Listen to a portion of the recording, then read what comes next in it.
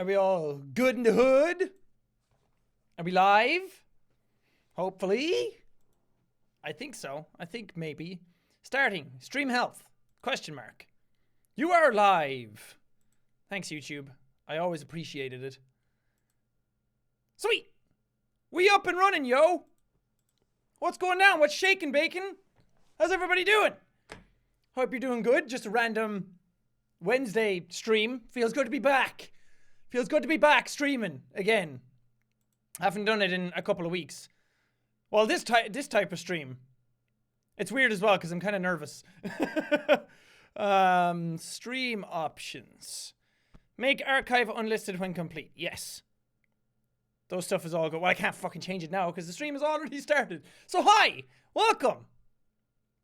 How's everybody doing? Is everybody good? I absolutely hope so. I wanted to do another reading comments video soon. And I also wanted to go live. I've been meaning to go live again for like the last couple of weeks. Since I got here and since I got to the new place and everything. But I just haven't had the time. There's so much stuff going on. So much stuff that I have to catch up with. And I'm still trying to keep videos going all at the same time. So I didn't really have a chance. But now here we are. We're finally live again. Because I missed you guys. I missed sitting down and I missed just talking over stuff. And I decided to just call it reading your comments live. Because that's basically what these are. They're just reading comments.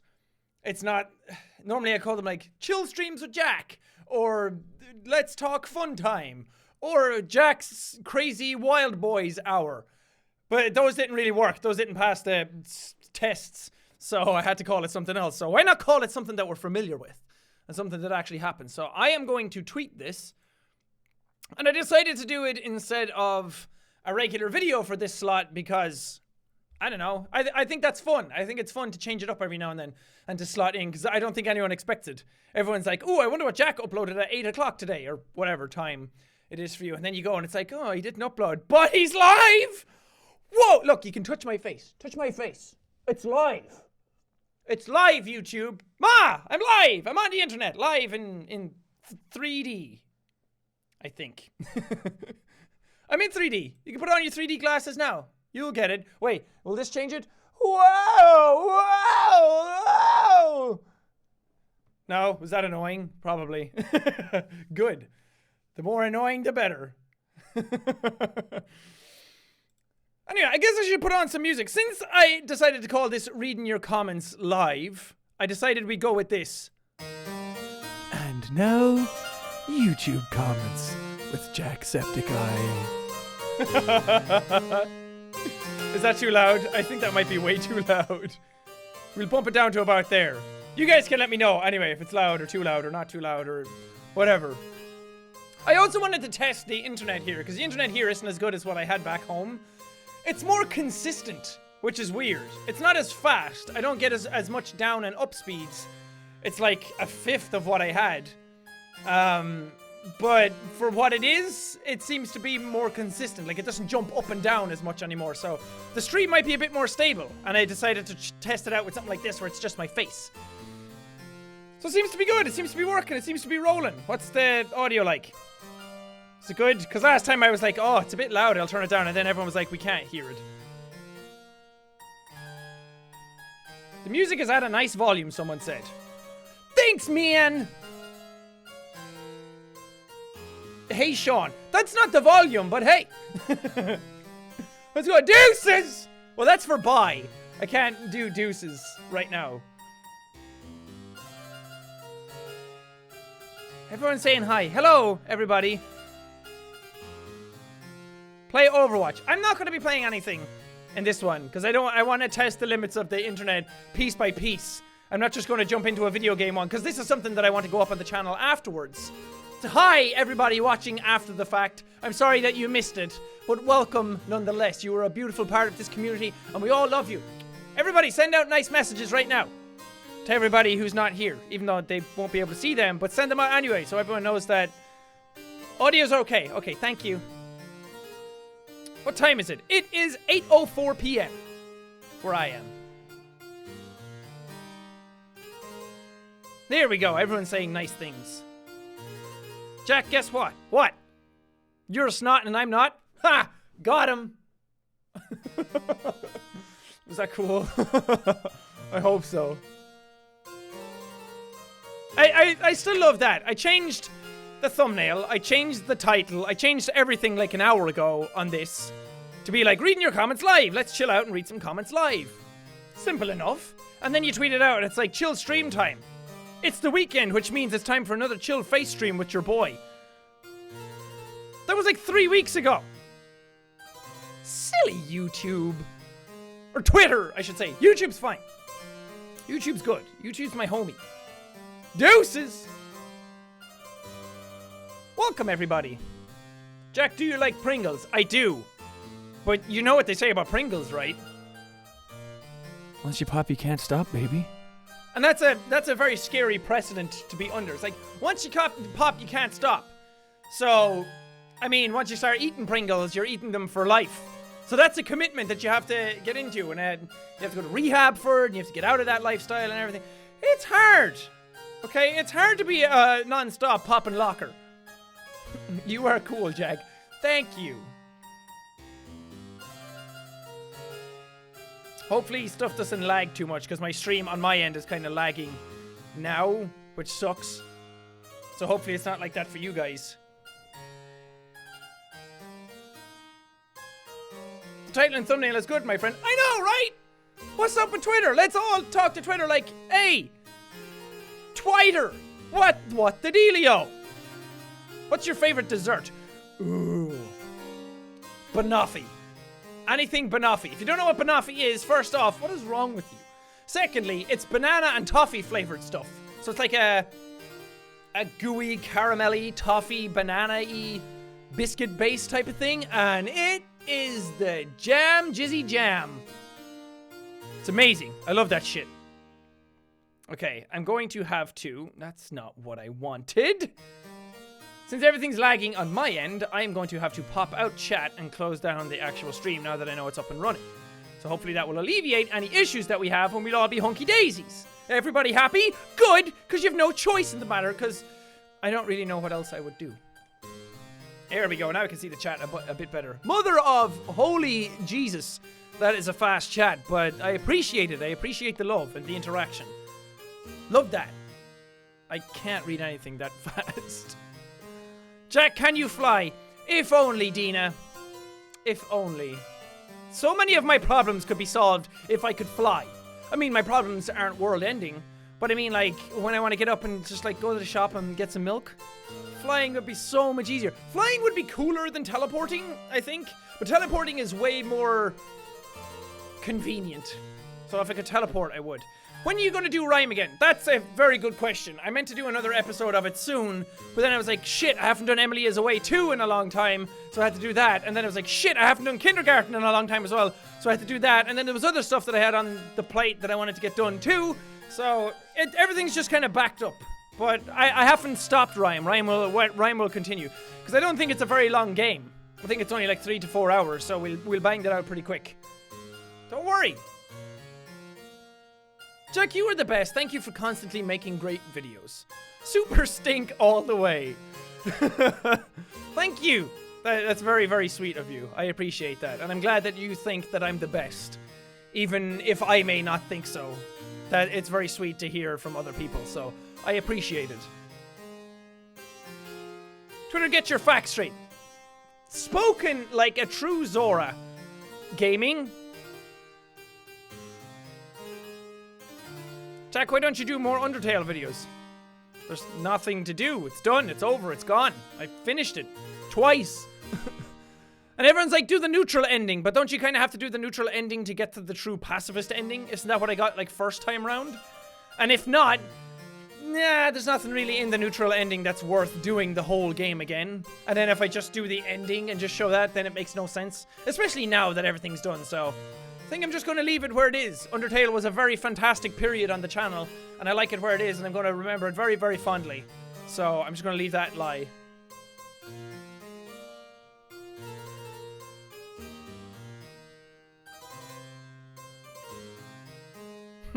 Biggest commitments of life. Getting married, having kids, all that shit, then eating a Pringle. You need to make a fucking devotion. Yes, you do, Nebula. It's a way of life. Pringles isn't just once you pop, you can't stop. Ooh, lol, zinger. No, it's a lifestyle. You gotta commit. Pringles are like cocaine. Once you start doing it, it's like, well, oops. I'm sure that's what everyone says when they do cocaine. Oops. What brand of hair dye do you use? Well, fucking none, apparently, for the last, like, 4 or 5 months. I badly need to get this done again. It's the longest it's been ever, I'd say. My hair is so long. It goes off camera. That'll tell you how long it is. But I have to, like, go find a place here to get it done and all that shit. I don't want to. I have other shit to be doing. I have videos to be making. I have Overwatch to be playing. No, mean dog.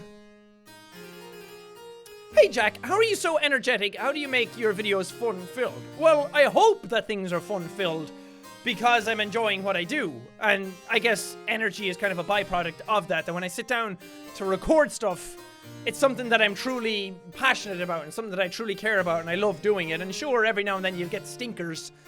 And every now and then my videos don't turn out the way I'd like them to, and they don't go the way I intend them to. Sometimes that's good, sometimes that's bad, but I always try and get as much fun out of them as I can. So if I'm recording something that's not really going well, like that Goblin Uzi game I played, I got into that and I was like, oh, this game isn't really anything. This isn't like, I don't know how I make this into a video. So then I went on a big tangent of how to, like, my little ball Billy, that was my child, and I made a story out of that. So I think with anything I try and do in life, I try to knock as much fun out of it as I can. Or at least try and make it fun for myself. Because if it's fun for me, then it's got to be fun for others to watch. And in that turn, I like to make myself laugh. I like to make myself giggle. Which, again, in turn, is a byproduct. That kind of stuff is contagious. And it's kind of the stuff that I built the channel on. That if you're energetic and you're happy and you love what you do and you spread positivity, it'll spread to other people. So I just try to have fun. And then the energy is kind of a byproduct of that. I never sit down and I'm like, okay, energy, go, and then you fake it, and then hope that the energy arises when you start recording. If it's not there, it's not there. I just postpone it until I feel in the mood to do it. Because there are times when I sit down to record stuff and I'm like, oh, I don't know, I'm not really in the right mindset right now, so you go away for a few minutes, or you watch some stuff to get inspired or something. And then, of course, if your videos are fun-filled, that's subjective. So what I find fun might not be what other people find fun. And what, to me, or what you find fun might not be what other people find fun. So that's all entirely subjective. I just hope that the fun is kind of baked into the passion. Top of the morning to you, Jack. Well, top of the morning to you! Everybody else. When you had very few subs, how did you keep motivated to make videos? That's a good question, because that's something that gets overlooked, I think, all the time. Because everyone looks at YouTubers these days and like, wow. In my case, like, wow, 15 million, that's a lot of people. And it is. It's an insane amount of people. Way more than I ever thought would happen. But at the same time, everyone looks at that. Everyone remembers you from a certain period. Everyone remembers you from like 1 million onwards, or 6 million onwards. Or they remember you right now in the moment rather than what you started off as. No one remembers the year and a half where I had 2,000 subscribers and I was still doing it with just as much energy. Maybe not overtly showing the energy because, again, I was paranoid about people not liking me or people taking that and thinking that it was too annoying and too obnoxious, and I wasn't really being true to myself at the start. But at the same time, the passion was still there to make stuff. And I think that that's what you need to have if you're making any sort of creative content or any sort of creative outlet or anything like that, whether it be drawing, writing music, making movies, anything at all. The passion needs to be there. You need to do it for yourself and for others more so than what it could be. Don't do it for what it could be. Do it for what it can be right now. Because the stuff that you make at the start isn't going to turn out the best, or like, you don't know what the future's going to hold. So you might as well just put in your best effort and just enjoy what you're doing then and there. And hope that it works out. I mean, I never intended it for it to be a job. I never intended it for it to turn into what it is now. But I always knew people could do it in that regard. But I was just happy to be making Far Cry 3 videos and doing weird shit and having a project to work on every day. was very fulfilling. It made me feel like I was doing something with my time. And when somebody writes that message to you, you get like 2 comments on your video, and somebody says, wow, this video was very entertaining, or this video was really funny, or this video meant a lot to me. Something like that really sparks your motivation. I think if it's in you, it doesn't take much to keep that fire going. I think it's a self-fueling fire. And that sounds like a generic answer, and it's an answer that a lot of people give, but that's only because it's true. It's not a case of just saying it because you're trying to inspire other people, which is the hope as well, that anything can start from nothing. And every great idea starts off as a dozen shit ideas, or just one instigator to get that idea going. Hopefully that answers the question. Somebody just said girth. I'm a fan of girth. It's a nice word. A nice girthy sausage. Bite down into that nice hot dog. Right underneath girth is you're gay. Thanks, XS. X, capital X, small x underscore capital beast underscore small x capital X. Thank you. It's not even you are gay, it's just you're gay. My gay what? My gay face? My gay personality? My gay hair?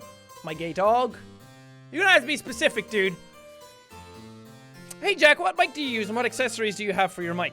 Well, the accessories I have, the stand, this dude, which I've had from the very start, is a Rode PSA-1, which is the stand everyone I know on YouTube uses.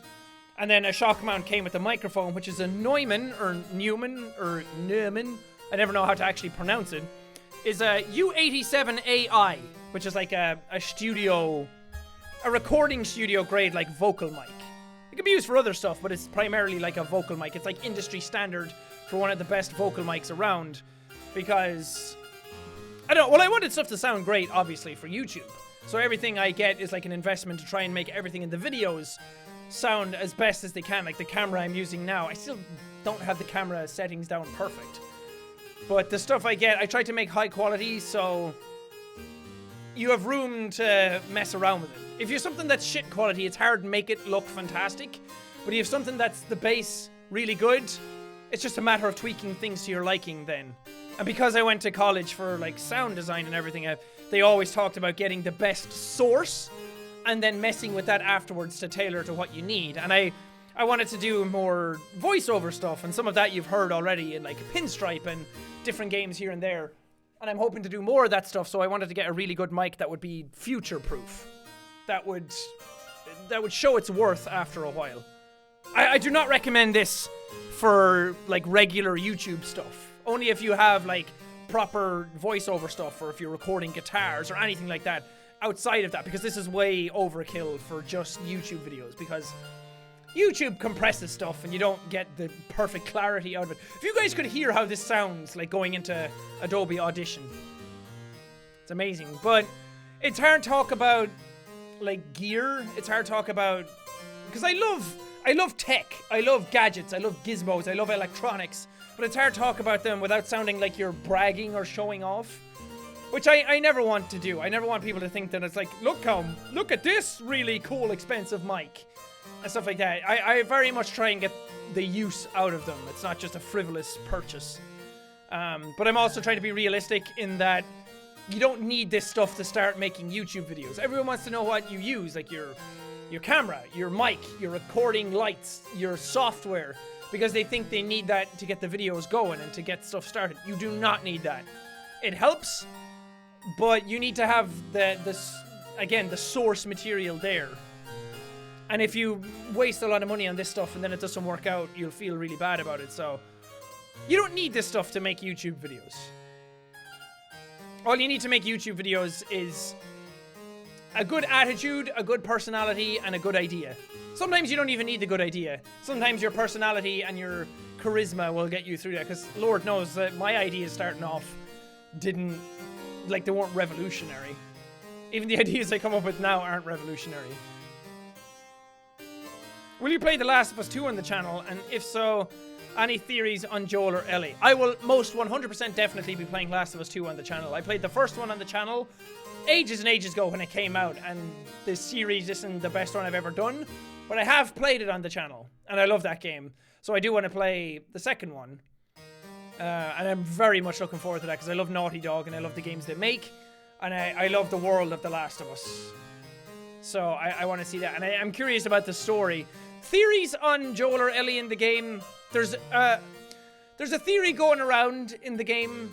And this is just a theory. There's absolutely no information on the game out there right now, other than it's a sequel and stuff like that. There's no concrete, hard evidence about what's going on. But a strong theory in the game going forward now is that Joel is dead or dies in like the intro to the game.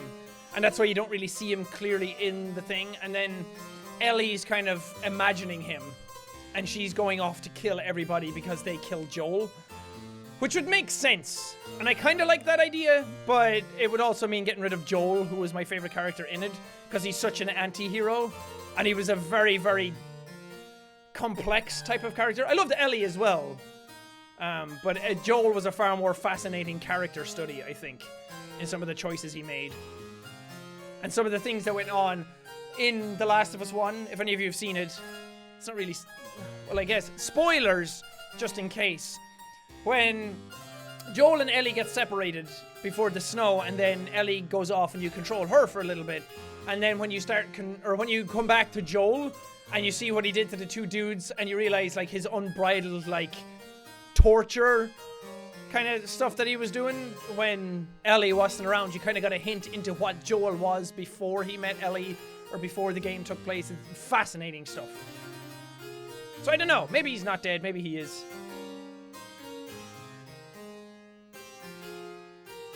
Do you like chickens? I love chickens. Look at all those chickens. Chickens are awesome. We used to have chickens, or hens. Basically the same thing.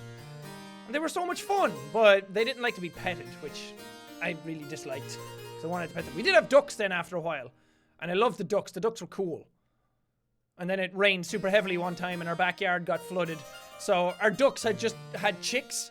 I don't know if any of you have ever seen baby duck chicks in real life, little ducklings. They're absolutely adorable. So we opened up the gate to let them out, and they immediately knew where the water was, and they all ran down to it, and they all started swimming around in the little pool of water that was in the garden. So precious. And then we let out our goose, our gander, and he just fucking took into the middle of the water, and he was so big and awkward. Hey Jack, can you please talk in Nugget's voice? Also, who is your favorite character in kindergarten, and what is your favorite game to play? Well, Nugget would be my favorite character in kindergarten, because everything is just so conspirator. It's like Nugget knows a lot of what's going on, but Nugget chooses to forget about Billy because he took these pills. So Nugget knows what you're talking about, but Nugget does not want to talk anymore. So shoo. I love Nugget so much. He's so cool. He's like, you'll never take Nugget alive. He just jumps into the hole. I played the newest episode of that today. I recorded that today. So that should go up, not tomorrow, the day after, I think. Well, maybe tomorrow. I don't know. Depends on when it gets edited and stuff like that. So we finally got to the end of Billy's story and Lily's mission.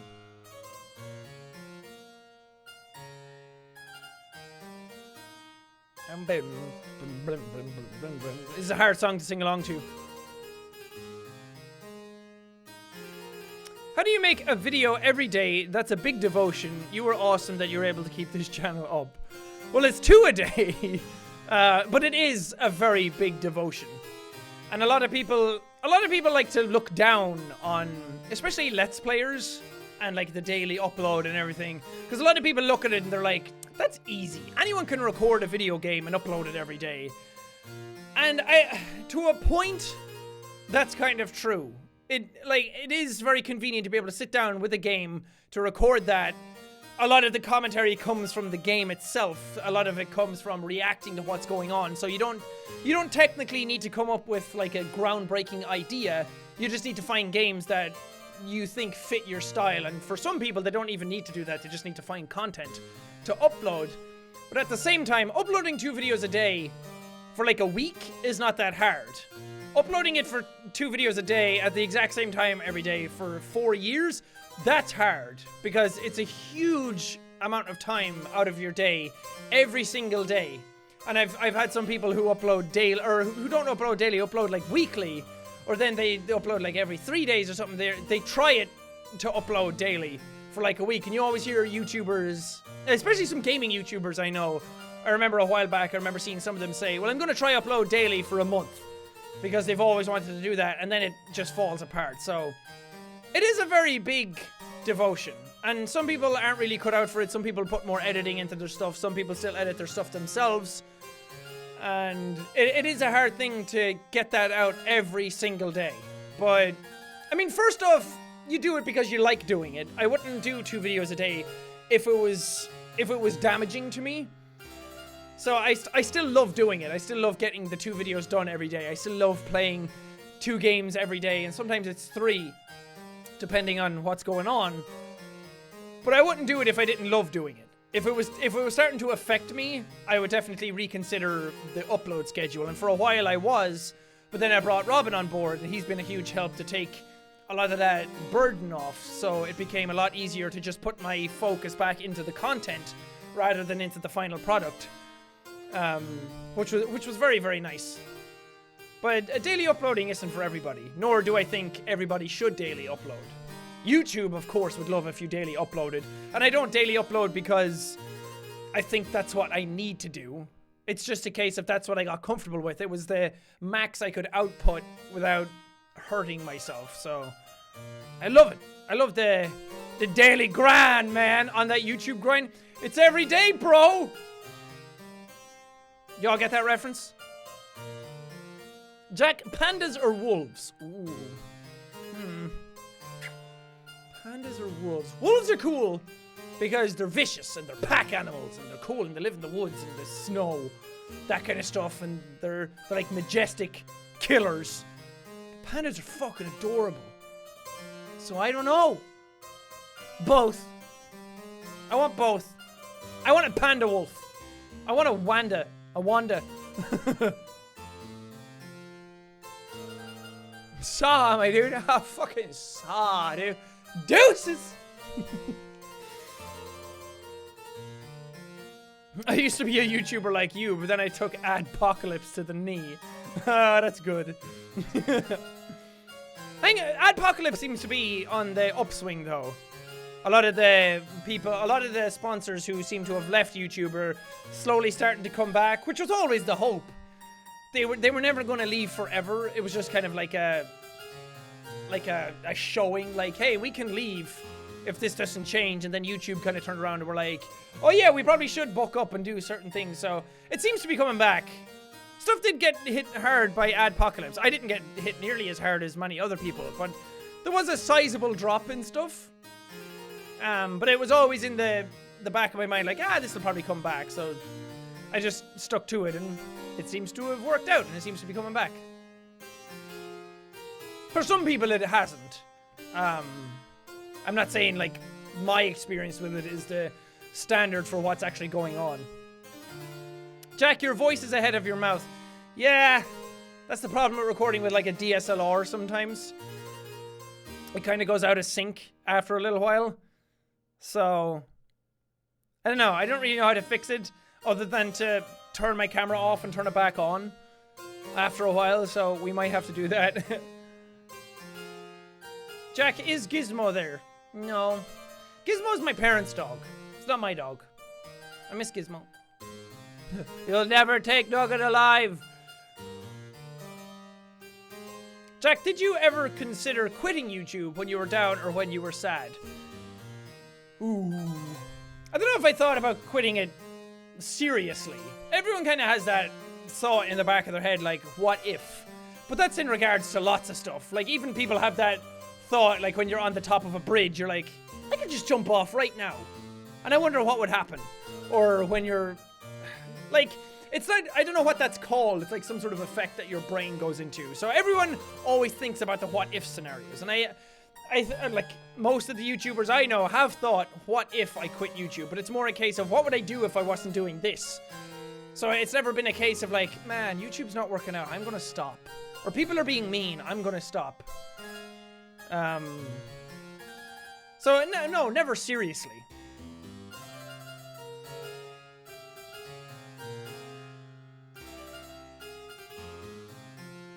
Can you play badminton?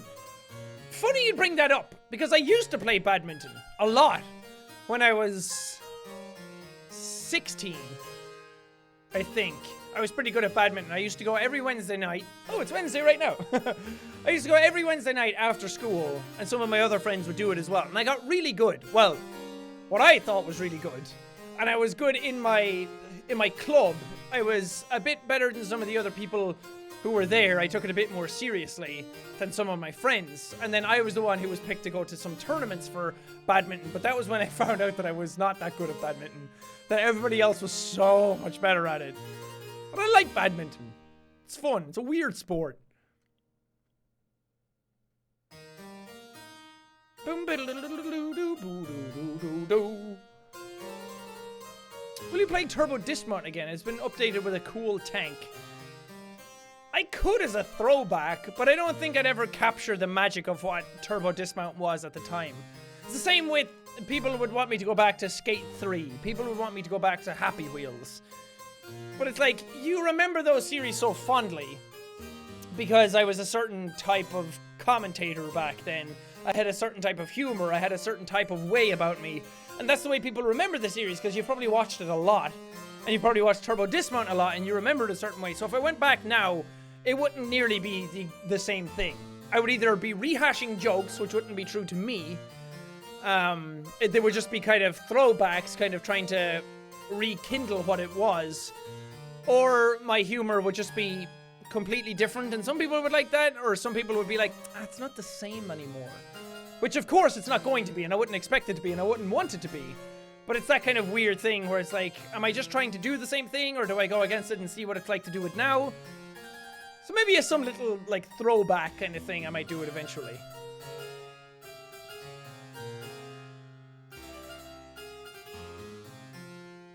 Jack, what happened to PewDiePie YouTuber Simulator? On the channel, I was never going to do that many videos of it. I only did a few. And then I kind of stopped playing it in my own time. So I just didn't do any more videos on it.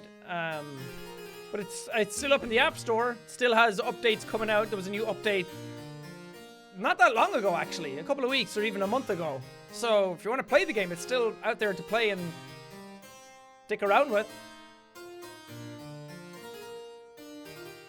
Where are Robin's animations? Well, first off, you're going to have to ask Robin about that. That's his whole kit and caboodle. But in regards to him doing animations of me, I don't know if there's going to be many more of those.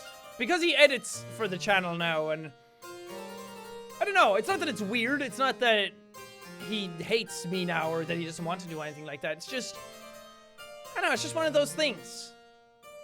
That he sees the content a different way now, so I don't know. Again, you'd have to ask him. So I don't really know. I don't pressure him into making animations for me.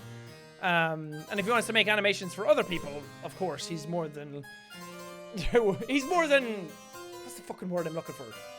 He's more than allowed to. It's not like I own him or anything like that. So you're gonna have to ask him.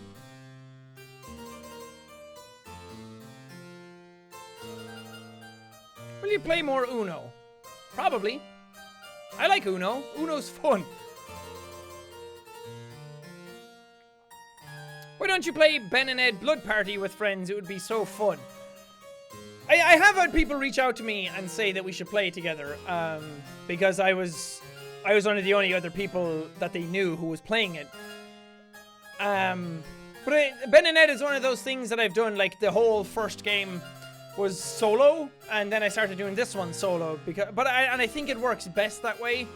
And I wanted to get through the whole thing solo first, instead of doing it with other people in the middle and then coming back and finishing off the levels, or finishing the levels with them and then coming back and doing them on my own. Because I think my commentary for Ben and Ed works best when I'm doing it on my own, because it's one of those games that I get really into, and it's very much a me type of commentary. So I wanted to do that first, but I'm very much open to doing it with other people. Haha.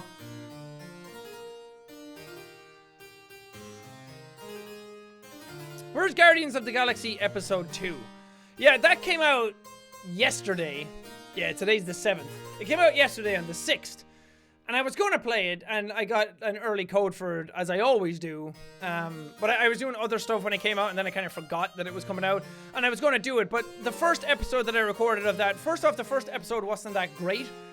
I didn't, like, it was okay. It just wasn't fantastic. And people's reactions to it were a bit, we don't know if we like this kind of thing. And everyone just kind of checked out the first episode to see if they liked it. But the reaction to it was a bit... And my reaction to it was a bit...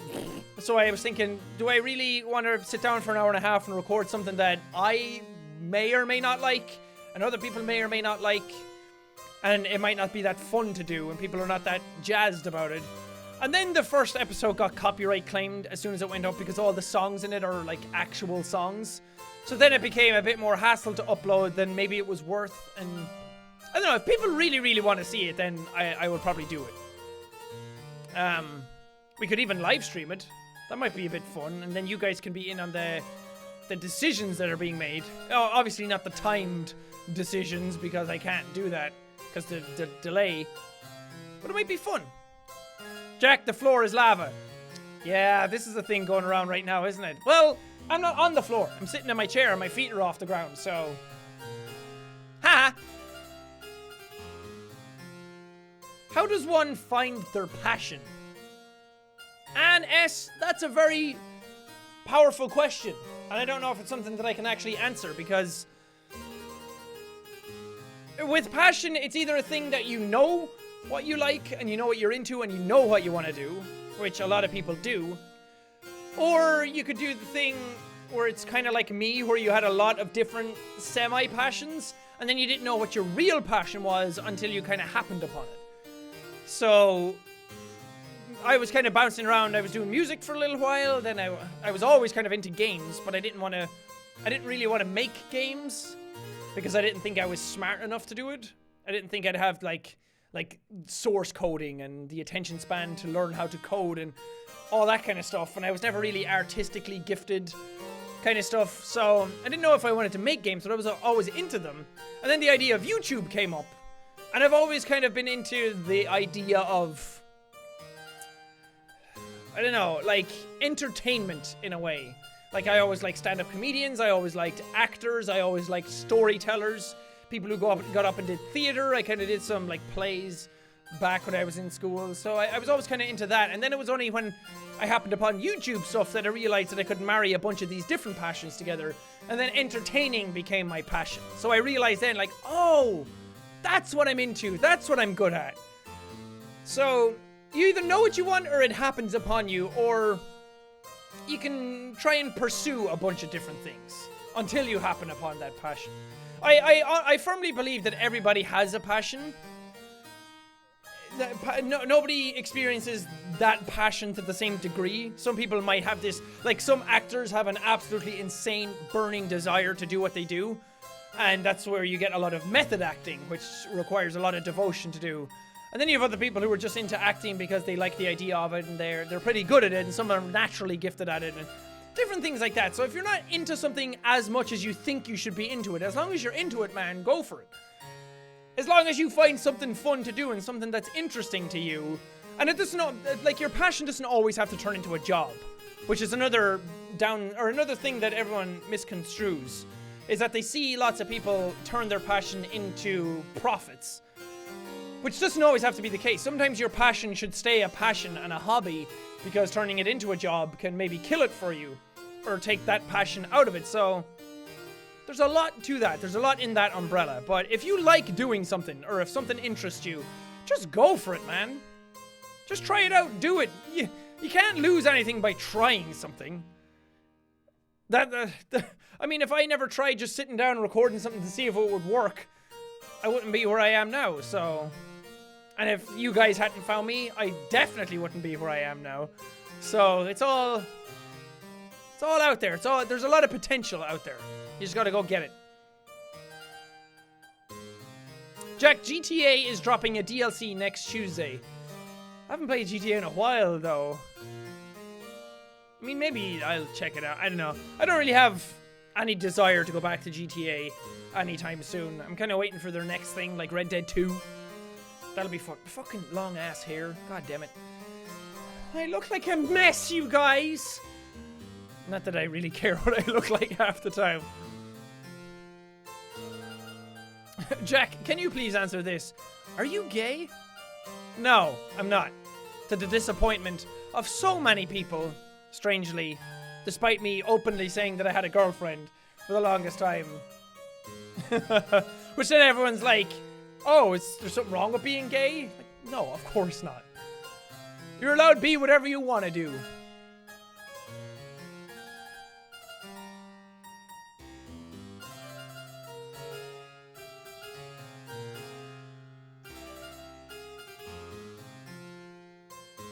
Do you ever look back in your life before YouTube and imagine what it would have been like without it? Yeah.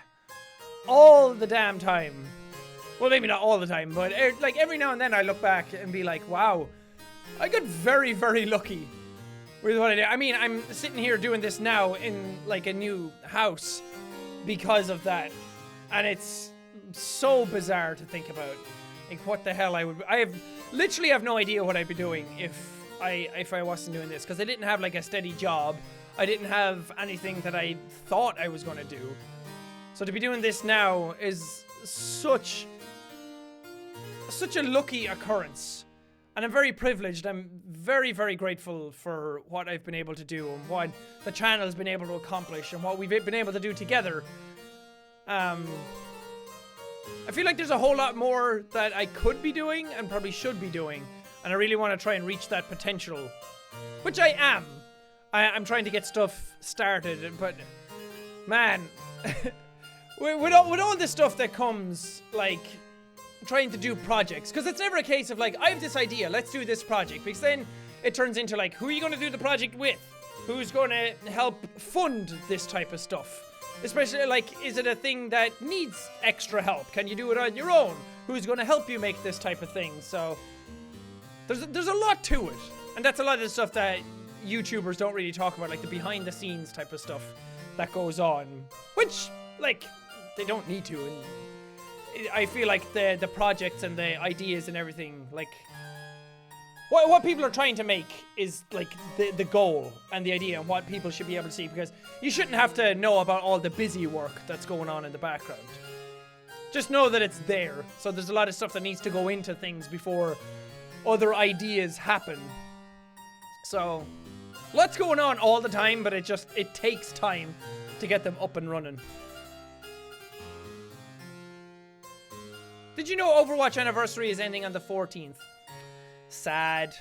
Wait, what date is the 14th? It's a week from now, on Wednesday. Yeah, and they're doing a double EXP weekend this weekend, which is going to be awesome. So get in and play Overwatch this weekend and you'll double your EXP going forward. Then you'll get more loot boxes out of the event that's going on. It'll be fun. I love Overwatch. I was playing it today. I actually recorded an episode solo of it yesterday, which will be going up tomorrow or the next day. I like Overwatch.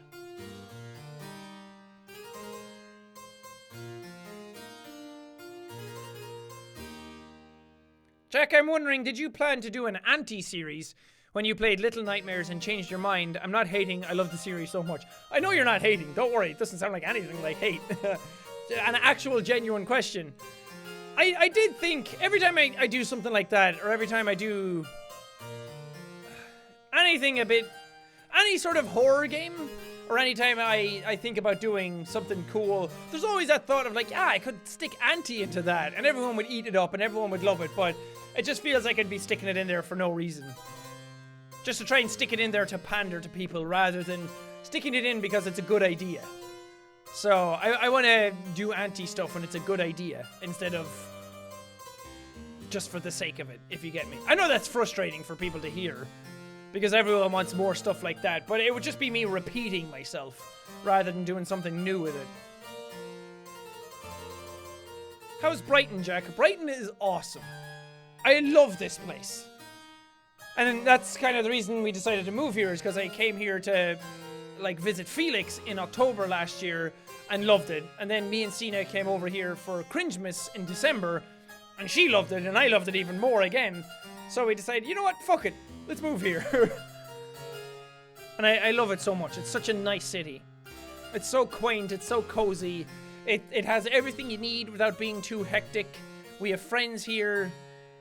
And I know a lot of people have asked me to do collabs with Felix and PJ and if we've hung out and done stuff. And like, yeah, we have. I actually hung out with Felix, Martia, PJ and his girlfriend, and Cena, of course, my girlfriend. We hung out last night and watched some stuff together. We started watching The Jinx, which is a HBO series. And well, it was Sophie and PJ who recommended it. And then Felix and Martia had watched it. I didn't know anything about it. It's kind of a Making a Murderer kind of series, and it came out in 2015, and we started watching it. So good. I actually watched like 4 episodes of it right before this stream, and I had to stop watching it. The last episode is the next one we're watching, and I had to stop watching it to come stream. Not in any sort of like, oh, I have to go stream now sort of regard, because I had planned to stream all day anyway, but it's so good, really good. And me and Felix have gone to the gym a couple of times together since I got here, so we've hung out.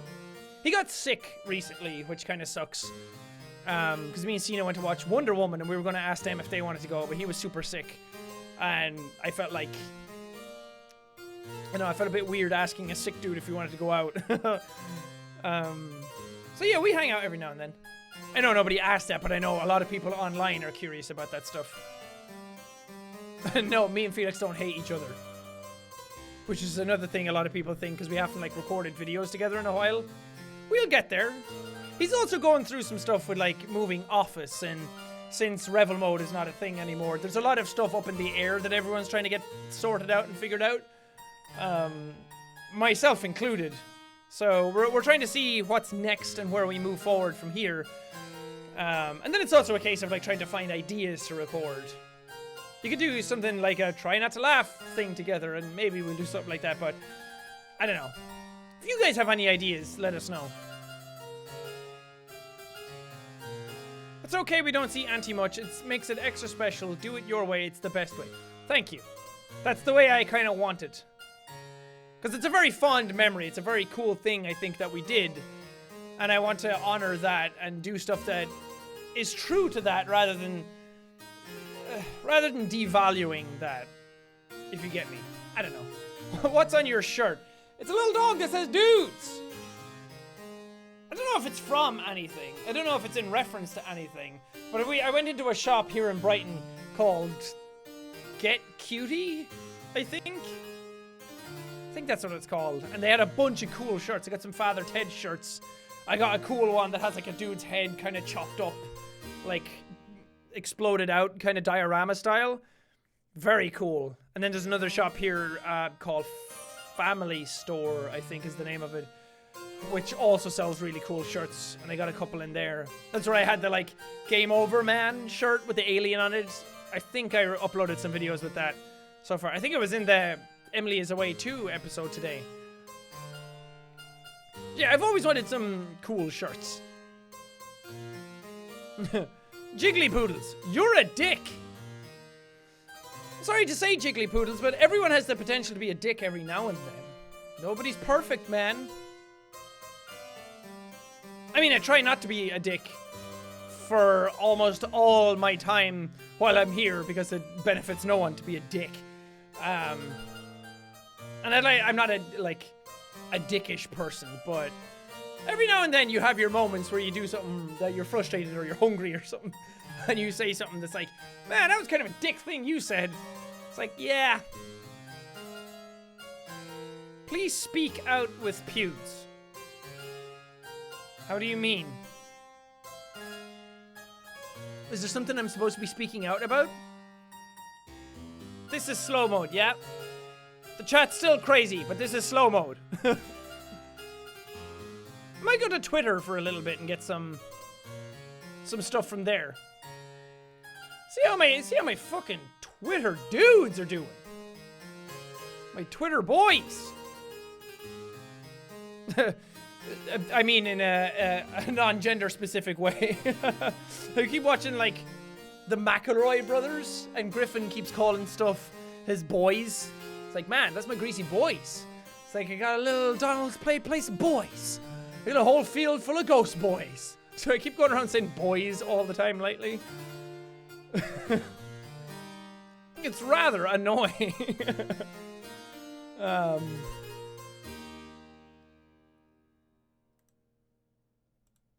But yeah, what's Twitter up to? How are you dudes doing? Boom, boom, boom, boom.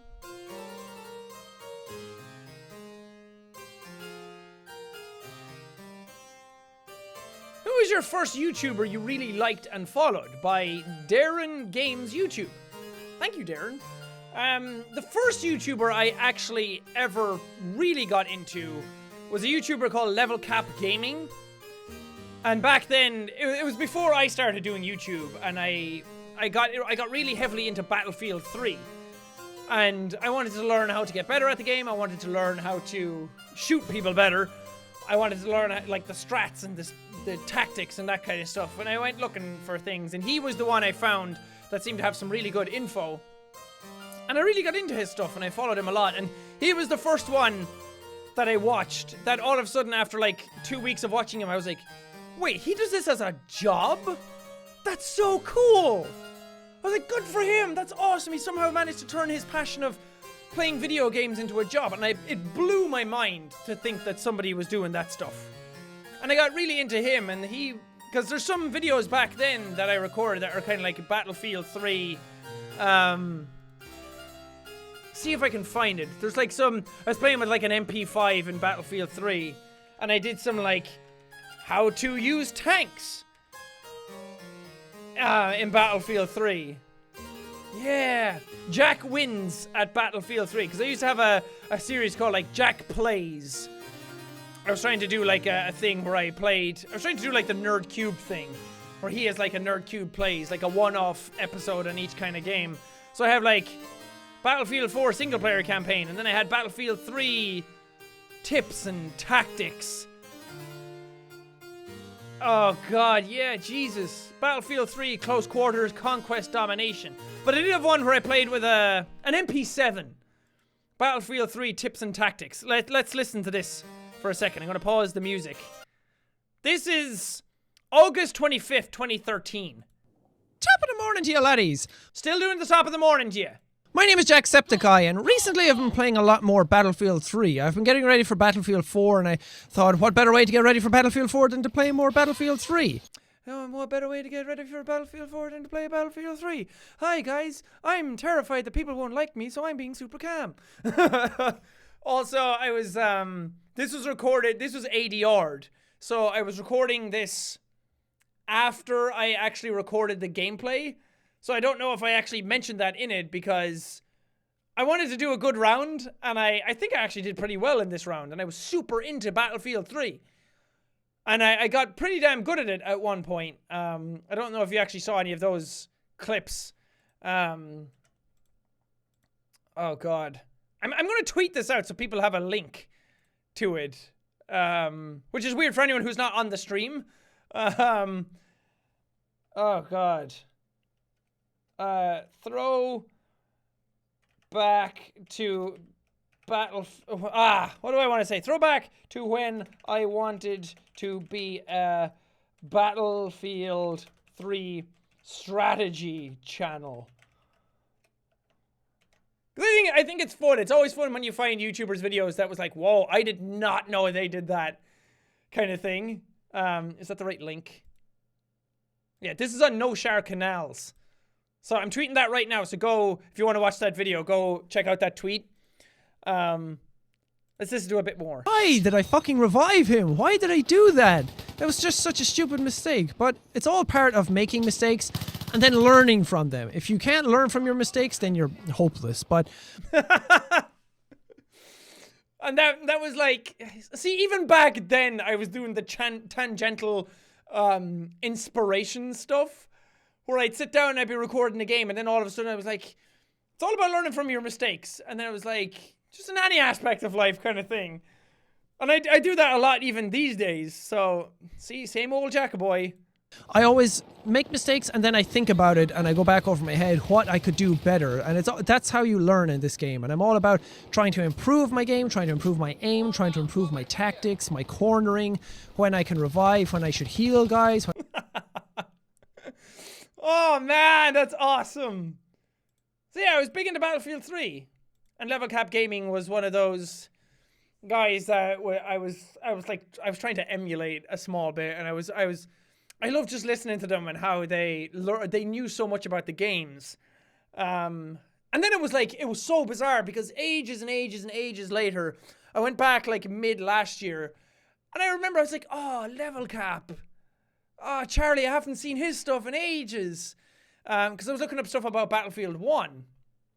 And I went back and he was doing stuff. And then I went to his Twitter and it was like, Level Cap Gaming follows you. And I was like, no fucking way.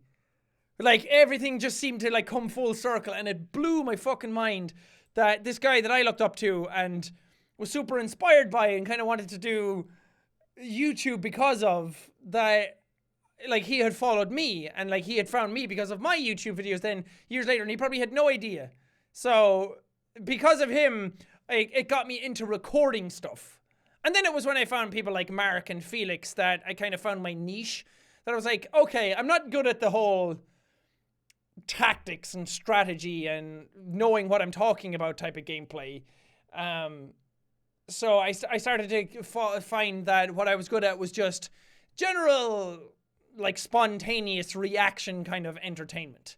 And it was because of those guys that I started being like, oh, it's all about community and making people happy and that kind of stuff. So that element started to work its way in. And that was when I really got passionate about doing YouTube stuff. That was when I found out, like, this is what I want to do. I want to make videos. Because again, I knew that people could do it as a job because Level Cap, I had heard, did it as a job. But I didn't think that that would happen to me. So I was like, oh, I'll just make videos and do what's fun and make people happy and make people part of a community. So that was the fun aspect for me. That's what really got it going for me.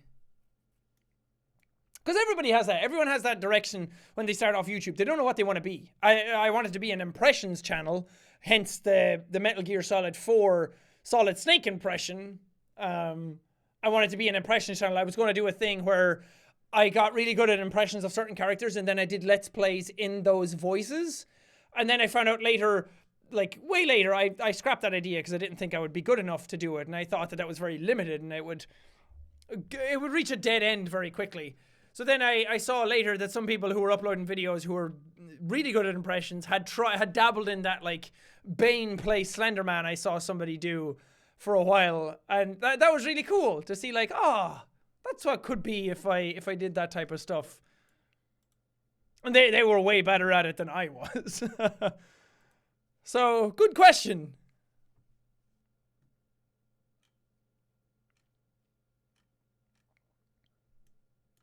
I'm gonna start up the music again. Sorry, it's very quiet.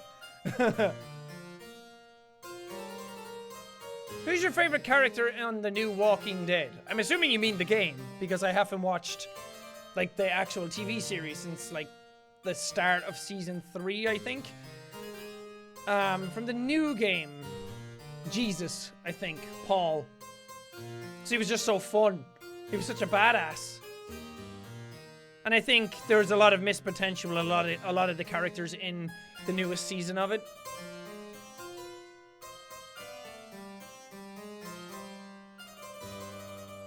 Jack, don't go to the dark side. Of Battlefield 3 videos? Battlefield 3 was legit. Battlefield 4 got a bit shittier because there was so much lag and delay and the animations and everything. I don't know what they were thinking with that game. And there was so much lag in the servers, and maybe because their Levolution messed up the whole game. Still had fun with it, but it didn't capture that magic of Bad Company 2 or Battlefield 3. And then Battlefield 1 came out, and that seemed to have less of the fun. It was a bit more serious. Still a solid game. It's just, it lost my interest so quick. Are you going to play Life is Strange 2? Yes, I am. But also, fun fact, there's a rumor going around. Some developer that like Deck 9 or something, said that they were making a game about an established AAA series or franchise or game that had been made, and they were continuing on from that. And then rumors came out that they're making a prequel to Life is Strange, which takes place with Chloe and Rachel. So you find out how they got to meet and their story before Life is Strange 1. And then Don't Nod, who made... It is Don't Nod, isn't it? That made Life is Strange Season 1 are the ones making Season 2. So we're going to get a prequel and Season 2. I don't know if that's true. Again, it's just a rumor that's going around. So we might get more than just a Season 2 of Life is Strange, which would be interesting. I don't know how that's going to work, but Very interesting. I'm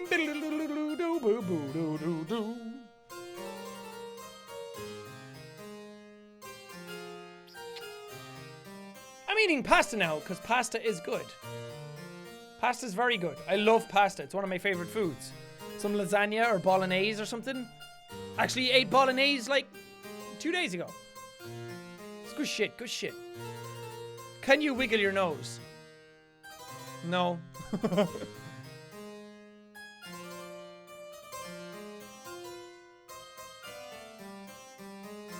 How does one try and be successful at life? I think you answered your own question in the middle of that, which is try. All any of us can do in any walk of life, no matter what we're doing, is try. And beyond that, it's like there's so much in your life that's out of your own control, but all you can do is try. And success means different things to different people. Just being happy and content, for a lot of people, is success. You don't have to make millions. You don't have to be revolutionary. You don't need to be groundbreaking. You don't need to change the world in any grand aspect to get success. Sometimes success in life is getting a steady job, a place to live, a roof over your head, good friends, and just a good attitude. And I'd say that that's what true happiness actually is just contentedness in your situation. True happiness can be anything for anybody. No two people are the same.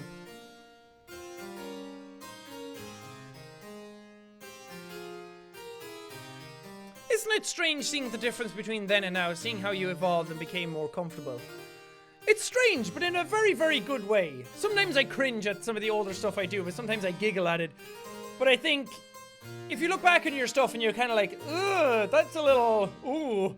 I think that that's a good thing because it shows progress. It shows what you were then and what you are now, and neither are better than each other. What I was back then, what I started off doing back in playing like Cry of Fear with my first face cam stuff, subjectively might be worse than what I'm doing now because the quality is a lot better and I'm a lot more comfortable. But like at the time, that was the best I could do with what I had. So, and now I'm doing the best I can with what I have as well. So I don't think one of them is really better than the other, but it does show progress, and progress is always good. Because I can look back and I can look at other YouTubers and see what they're doing and be like, man, they're so much better than I am. They're doing stuff that I'm not doing. And that's a very dangerous mentality to get into. And I have fallen victim to that every now and then, but I try to compare myself to myself. If my morals are still in check with what I was then and what I am now, and I'd like to think that they are, and still just here trying to do the best I can and trying to be honest with people and trying to be as transparent as I can be, and trying to just have fun and trying to do things the right way and not pull the wool over your eyes and not lie to you and not manipulate you, which is what I've always tried to do. But at the same time, I'm much more comfortable doing what I am now, and I'd like to think that I'm a better person now, because back then I was very young, I was very naive. I know a lot more about just humanity in general. I know about all the different diversities of races, religions, genders, sexualities that are out there now. And back then I was open-minded, but I wasn't educated. And there's still a lot to learn, and I'm still learning day by day by day, and I probably will be for the rest of my life, and that's good, because I'm trying to pursue that knowledge and become a better person so I can hopefully give some good advice. Because when you do YouTube at this level, you kind of have a certain responsibility to steer people in the right direction. And hopefully I am, and hopefully I'm not leading people astray or giving bad advice. So I'm always trying to learn, but yeah, very, very strange to look back and see what was and what is now.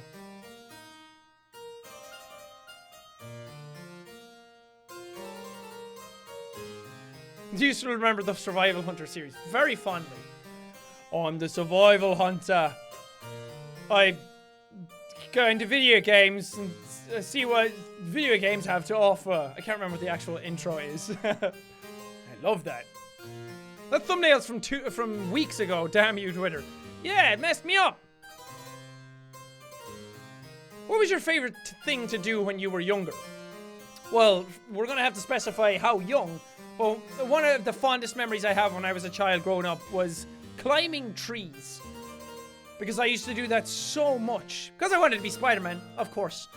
I used to go down and climb trees all the time. And I've said this story before, how my sister's husband's father, which, does that make it my father-in-law? I think it's my sister's father-in-law. You know what I mean. He came down to me at one point and was like, that's not a rope. This is a rope. Kind of crocodile, or not, like, yeah, Crocodile Dundee style. And so he gave me like a super thick, like, boat tying rope. And I hung down out of the tree, and that was like a 20-foot long rope. And I swung and swung and swung so many times on that. I loved climbing trees back then. Because I was so small and so spry and agile, and I was teeny tiny. Like, I was a tiny boy. So scrawny, so small, so thin, but so short at the same time. And then, when I was like 13, I got a huge growth spurt.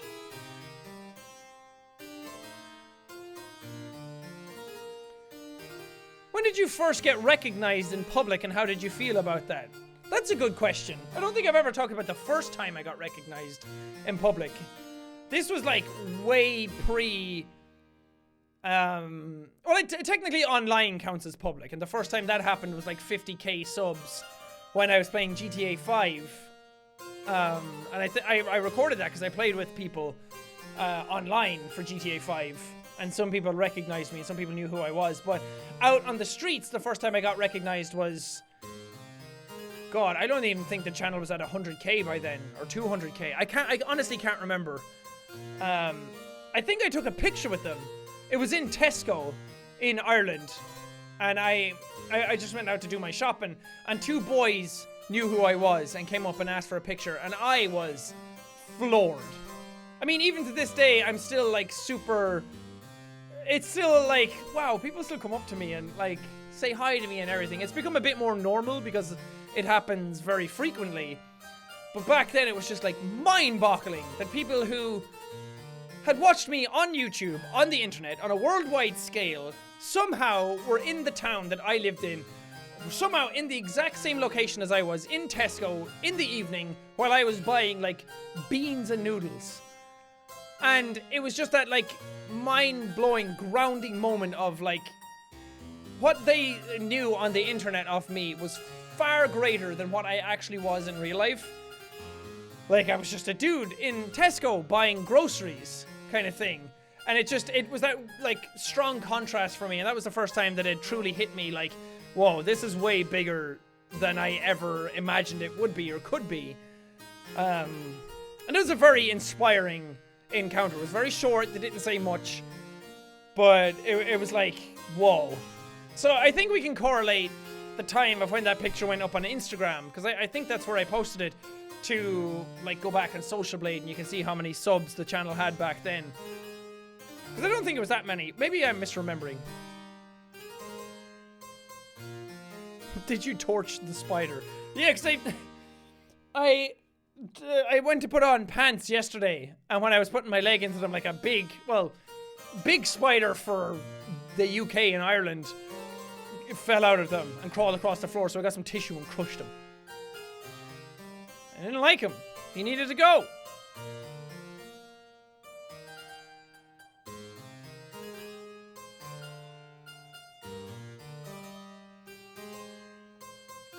Would you ever consider putting Risen from the Ashes into production? I don't know what you mean by into production.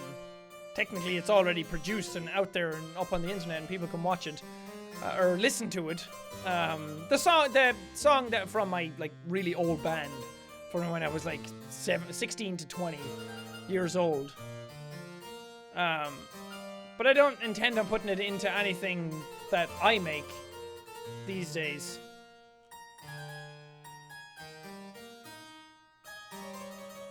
Your beard is amazing right now. It's fucking huge. Thanks. It's probably longer than it's been in a while. And I got rid of the sides for a while as well. So I think it's neater, it's cleaner. I need to trim it up a bit though. So, but thank you. I'm glad you like.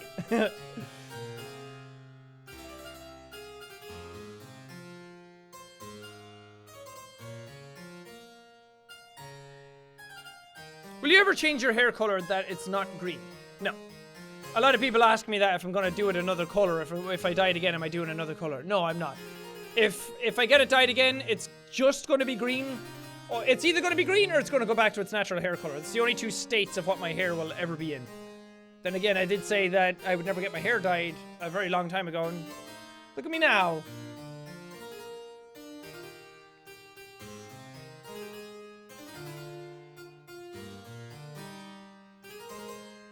Try to pronounce my name.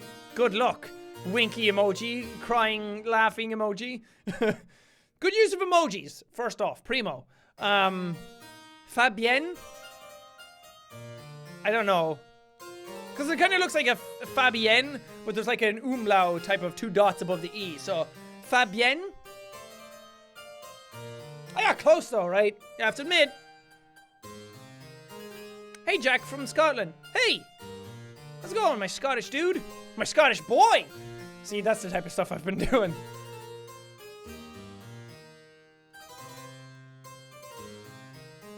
Did you watch the One Love Manchester benefit concert? I didn't, but I fully support what was, like, the whole idea around that. It was amazing to see that, like, after the horrible events that took place there, like, not just Ariana Grande coming back to do stuff there. Say what you want about Ariana Grande. I don't really like Ariana Grande, but that was a really awesome thing to do. And then, like, so many other acts came back and did something there and turned something that was absolutely horrific into something far more joyful and something with a very nice memory. So that was awesome, because when that was going on, we had like house stuff to take care of, so I didn't get a chance to. Well, I didn't know it was like being live streamed or anything like that first, but we had like furniture stuff to build and everything at that time. So sad that I missed it, but again, an awesome event. I really love stuff like that.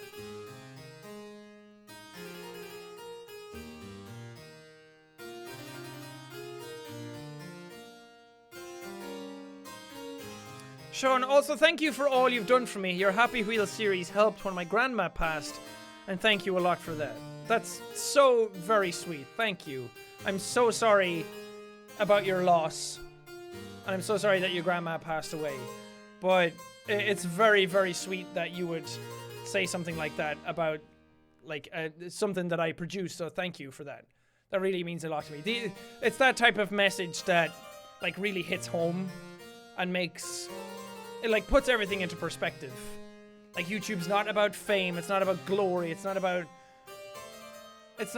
like flashy lights or anything like that. It's about those types of things. Because I remember when anything bad was going on in my life, there was always TV shows or music or something that I would listen to that helped me cope or get me through things. So to have people say that stuff that you produce or make for others in the hope that it makes them happy has that kind of effect is the biggest, most flattering honor that I think you could say about someone's stuff online. So thank you. I really appreciate that.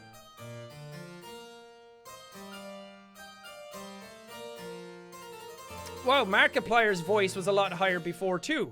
Just as calm though. Yeah, well, there's a lot that goes into that. They're like, when you go back and listen to other YouTubers and they sound different than before, it's also a lot got to do with like mic quality, and then well, there's two factors that go into it: mic quality and editing. Because no YouTuber's voice that you hear in a video is their actual voice 100% that you hear in person. It sounds similar, of course, obviously, but everyone puts their voices through some processing to make it sound as good as it can. There's a bit of bass boosting to try and highlight the lower end. That's why live streams sound a bit different, but then you can get mixers to emulate that kind of thing. Because I know Mark has like a virtual mixer that he turns on for like live streams that boosts his voice a bit to make it cut through things a bit better. There's a bit of bass boosting in there. I do a bit of bass boosting in my like Adobe Audition stuff. There's noise cancellation to take out any sort of background audio. Then there's compression that boosts stuff and makes the highs and the lows a bit more equal, so stuff doesn't get too loud or too quiet. There's lots of stuff like that, and there's equalization to try and like balance out the mids and the highs and the lows. Stuff like that. So when you're listening back to older videos from YouTubers, it's likely a case of their equipment isn't as good, and then they've learned like tips and tricks and stuff like that to make their stuff as high quality as they can.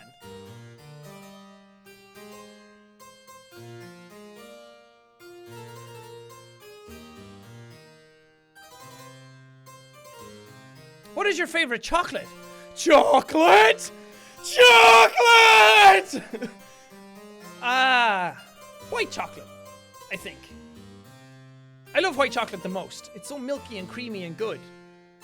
But I've learned as the older I've gotten, I can't eat chocolate as much as I used to be able to, which sucks. I used to be able to eat bars upon bars upon bars of chocolate, and so many gummies, bags and bags of Haribos, and now it's like, I'm an old man. I'm close to 30. I can't eat bags and bags of sweets anymore because it makes me feel sick and gives me headaches. What even am I anymore? Am I even really a person anymore? Sucks. What software do you use to record your audio? I use Adobe Audition. I used to use Audacity, and Audacity is absolutely wonderful because it's free and it records stuff as well as you would need it to. I use Audition because it has better after recording processing effects, if you will. Like, it has better noise cancellation, it has easier to use compression, it has more suites for SUITES, not SWEETS. It has better suites that work in conjunction with, like, Premiere and stuff like that.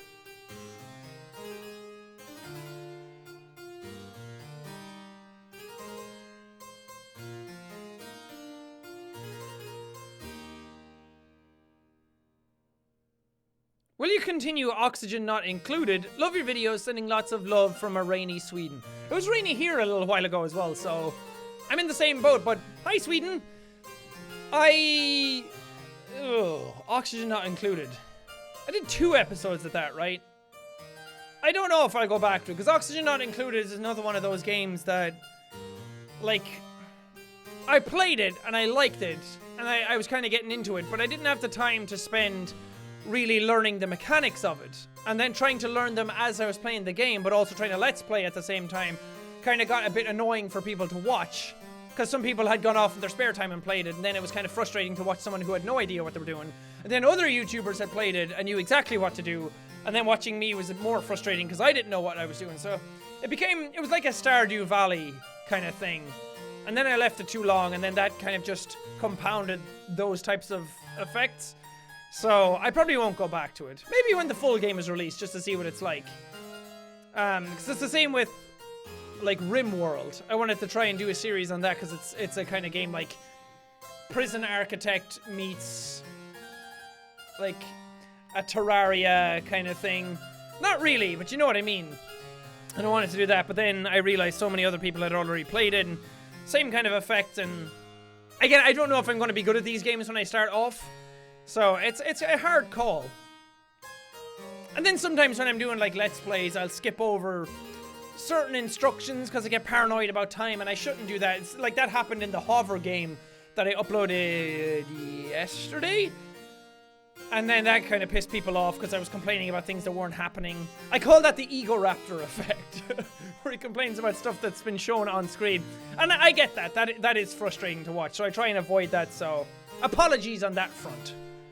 I don't do it, like, maliciously or anything like that. It's just, it's kind of like an ADD type of thing kicking in, but I don't want to blame that either. So.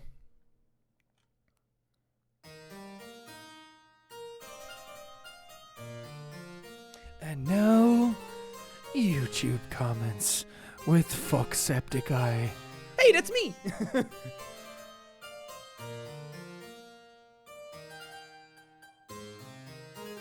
Do you think YouTube has made you more open, or do you think you already had it and YouTube brought it out? Thank you, Tori. I remember meeting you at PAX. You have that actual picture of us meeting at PAX. Thank you for the Canada flag. That's a good question, though. And I'd like to think it was always there. that I always had the willingness to be open. But a lot of my environment had taught me things in a certain way, if that makes sense. So I was always open-minded. I was always open to the idea of other things. And YouTube has definitely brought that out, because I talked to Brent Lilly, the Game Grumps manager, about this at one point, and we totally like met mentally on this when we were talking about YouTube stuff and YouTube success, and YouTube, when people get success, what happens. And we've seen so many people like crash and burn because of the success they've gotten. We've seen other people, how success have made them better. And we came to the conclusion that super fast success from YouTube will exacerbate any traits that you've had before. So if you were a fun-loving, giving, open-minded person before YouTube, then doing YouTube and getting that success would probably exacerbate that and would just make you a more giving individual, or make you a more open, or would just try and let you share that fun-loving stuff with more people. But if you were a stingy, greedy, selfish type of person and you got a lot of success, then YouTube would probably compound that upon you as well. And I guess that comes with any sort of success in any sort of fashion, but YouTube is a good barometer. I always say, throw a shit ton of subscribers at people very quickly and see how they react. And that will try and like show you their motives or their morals or their true perspective or their true personality. Obviously, that's not a good barometer for people's mentalities, but it does change people. It does show a side of people. Some people are either cut out for it, some people either take it in their stride and they're very appreciative of it. We've seen a lot of YouTubers like that. Or some other people will take it and it will just make them a bit more narcissistic. And we've also seen YouTubers like that. So it's a fun little experiment. I'm always fascinated by like human behavior and how humans react to certain things. That's why acting has always kind of been fascinating to me, as I keep saying all the time. So I'd like to think that YouTube has made me more open, and it's always kind of been there. It's definitely made me more open. I will say that. It's definitely broadened my horizons and made me understand other people a lot more than I ever have in my entire life, because I'm just exposed to so many more people and so many more stories, and I read so many different struggles from different people in different walks of life. So it's wonderful. I love it. I love being able to just understand humans. Who would you like to hang out with more, Chris Pratt or Ryan Reynolds? You put me in a hard spot, Renee. But I'm going to have to go with my boy Chrissy P. Because he is just... he's fascinating. Like, just listening to him talk, if you watch any sort of interview with Chris Pratt, and I watched a video from a channel called Charisma on Command, which is an interesting channel to watch, and they talk about how, like, people act and people behave. And again, as I said, I'm fascinated by that. So he talked about Chris Pratt and how turning situations into positives. And that's something I've always tried to do, that if something's going on, I always try and look on the bright side of things. And I think that's what, like, that sort of charisma in Chris Pratt, the way, like, nobody has a bad word to say about him. Every interview you see with him, like, the other people in the interview are laughing. That he makes people feel at ease. God, I spit everywhere. And it only, like, dawned on me after a while that that's why I liked him so much. Because that's always something that I've tried to do whenever I've met people through YouTube or other YouTubers or people at signings or people that you have to work with to get a project done. Whenever I've met people, I've always tried to find common ground and to make people laugh or to just make conversations feel at ease. Because I hate small talk. I hate the like, oh, how's the weather? Yeah, and that kind of stuff. Like, it's fine. That's what people do. But I always try and get more out of conversations than that. To try and, like, play around with conversations. As I said, when I make my videos, I try and knock as much fun out of them as I can. So in stuff like that, I just try to have fun with people. And Chris Pratt's one of those people that, not to say Ryan Reynolds isn't this, he definitely is. I don't know. Ryan Reynolds is Deadpool. That's hard to turn down as well. But I think Chris Pratt was one of the earlier people I kind of, like, looked up to in that regard. And got inspired by in that regard. Which is really cool. I I love that. I think people are drawn to that type of personality. At least I am. If you could create any idea you've ever had for a game into reality instantly, what would your game be called?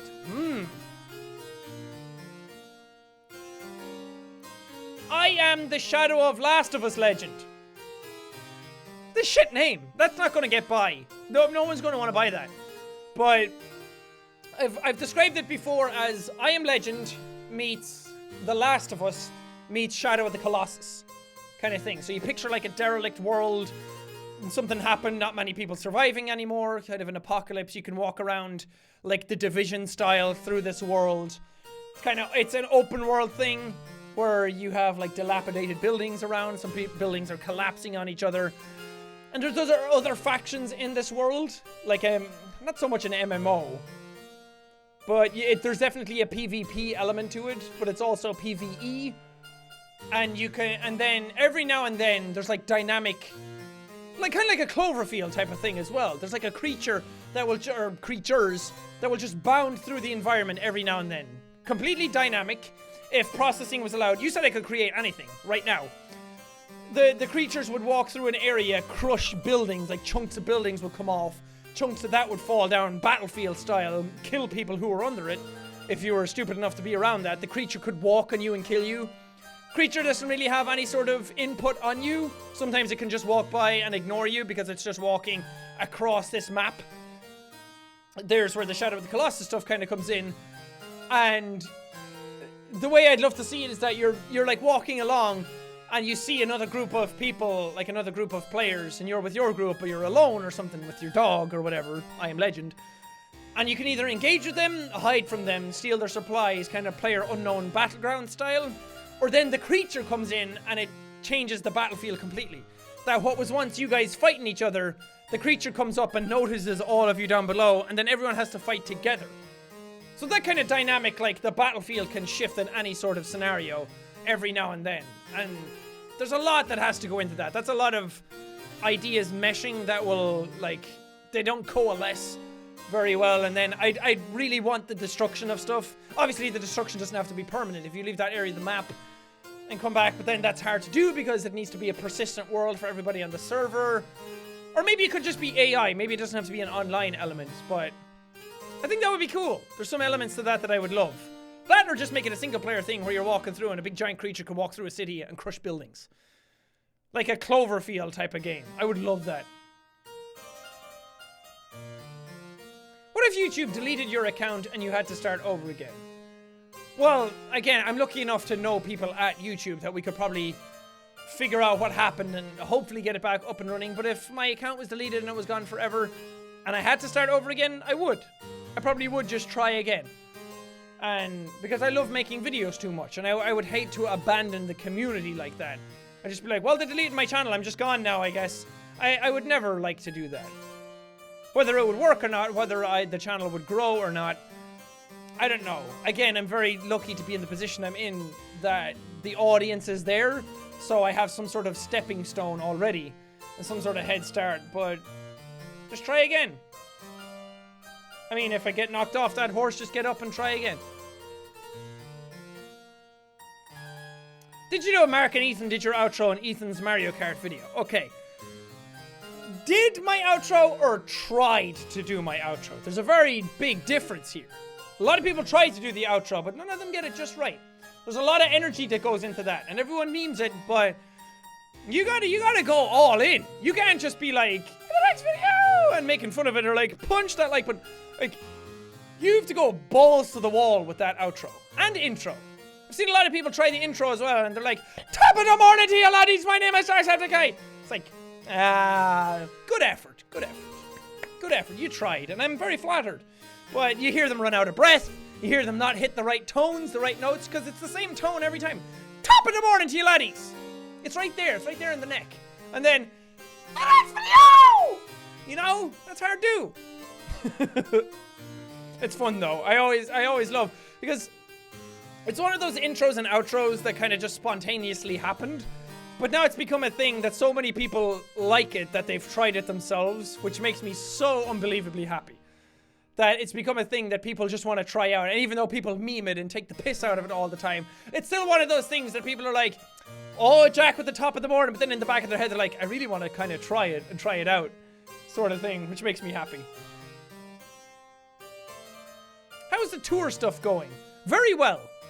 I think we have a format nailed down now that just needs to be, like, the details of it need to be worked out. But I do think we have a format for the show ready that we can actually start putting, like, work into. It just came at kind of a shit time because I moved, and then it's hard to get like conversations going. It's hard to sit down for calls. It's hard to hammer out ideas, and I haven't had the time to sit down myself and actually write out ideas. And sometimes it's hard to think up of ideas yourself, and I need some help with it every now and then. Which I love. I love getting input from other people and seeing what works and what doesn't work. So it's going well. We don't have dates. We don't have cities. It's probably going to be like a 2 to 3 show thing, and it's just a test.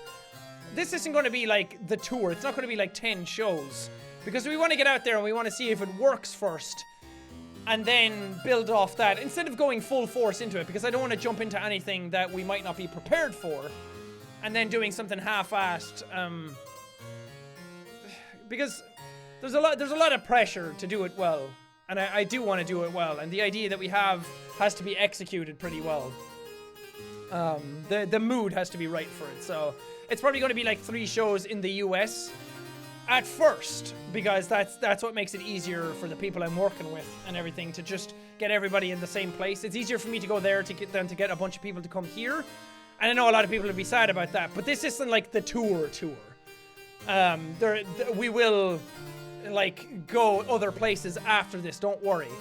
I don't know what those places will be, but hopefully there'll be some in America, some in Europe, that kind of stuff. So don't worry, this is just the start. There's a lot that's going to go into this, and there's a lot that because we want to do something that scales well, that you do it for like a group of people, and then you can actually do it for a much bigger group of people or a much smaller group of people, that kind of thing. So we need to work out the kinks in that first, and then we'll figure out what's going on. But it's going well. I'm very, very happy with it, and I think a lot of people will like where it's going.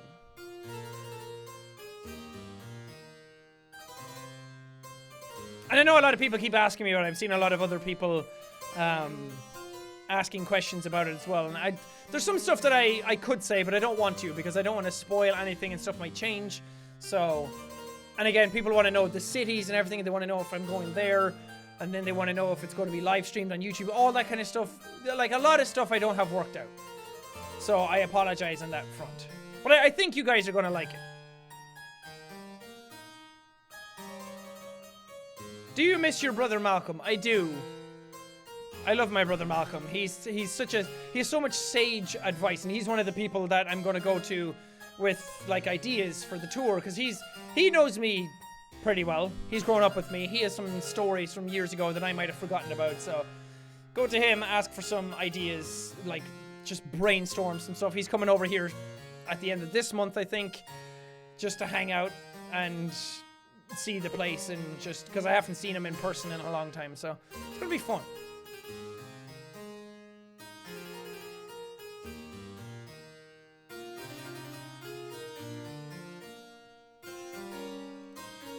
Oh, I'm clicking wrong things. Fuck. Oops. My bad. Undo it. Undo mistake. What do you think of Zac Efron? I mean, he's pretty. I don't really have any thoughts on Zac Efron. I will say that, yeah, he's super buff, whatever. But when I watched him in Bad Neighbors, he surprised me. Because I remember thinking Zac Efron in a comedy movie with his shirt off, just looking buff. I rolled my eyes at it, but he surprised me with how well he did comedy. But like, he's not one of those guys that I'd go to watch a movie for. Let's put it that way. How's Grayson doing? Grayson, my grass son, my grassy boy. He's so good. Wait, I'm gonna go get him.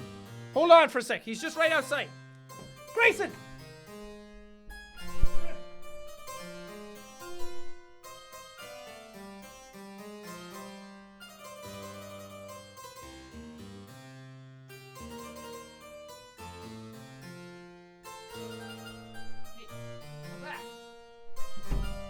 returned. I have Grayson with me. He's so old, my little grassy boy. His hair is fucking mad. Look at that shit. Beauty vlogger style. Look at that. He's able to fucking headbang. So this is all just grass. And it's so soft and sleek. He's so cool. I need to trim him. I need to give him a haircut. Oh, just like Daddy. Oh, sure, it's like me long lost son twin brother.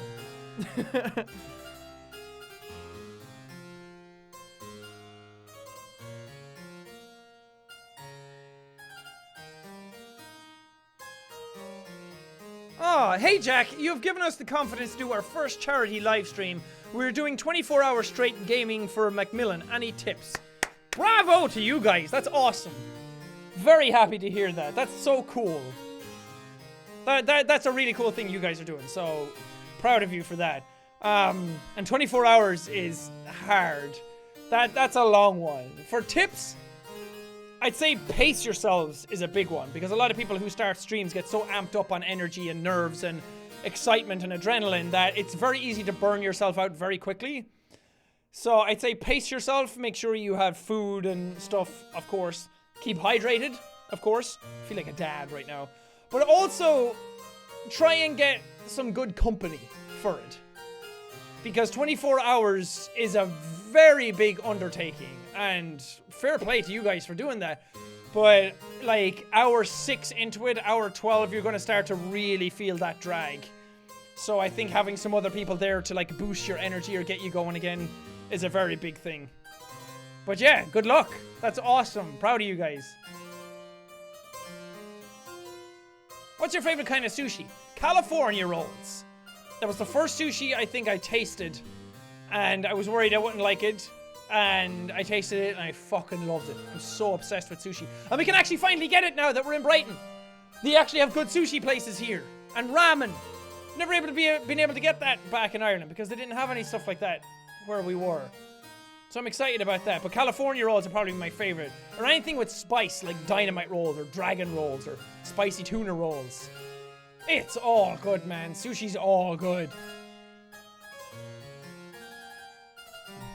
Do you remember usernames like here on Twitter or Tumblr? I do. I remember lots of usernames, especially pictures. If people have pictures that they've had for a while and they tweet or message often, I'll definitely remember those. It's kind of hard though, because when you say that you remember certain people, then other people feel left out if you don't know them, and I feel bad about that. I don't want people to feel left out. How do you pronounce your last name properly? McLaughlin. Sean McLaughlin. It's not McLaughlin, like everybody keeps saying, especially you Americans. Oh, I hear ya. But no, McLaughlin. And people used to pronounce it like McLaughlin, which technically is kind of how I say it. Sean McLaughlin. McLaughlin is how I say it, but it's McLaughlin. God, my fucking last name doesn't even make any sense anymore.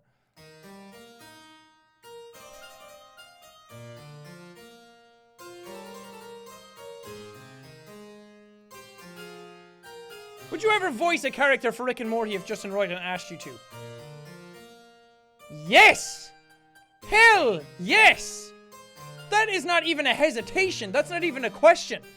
If he rang up right now and said, you need to get on a flight to go to LA to record a voice for me, I would be gone. I would so do that in a heartbeat. That would be fucking awesome. I'd love to do that.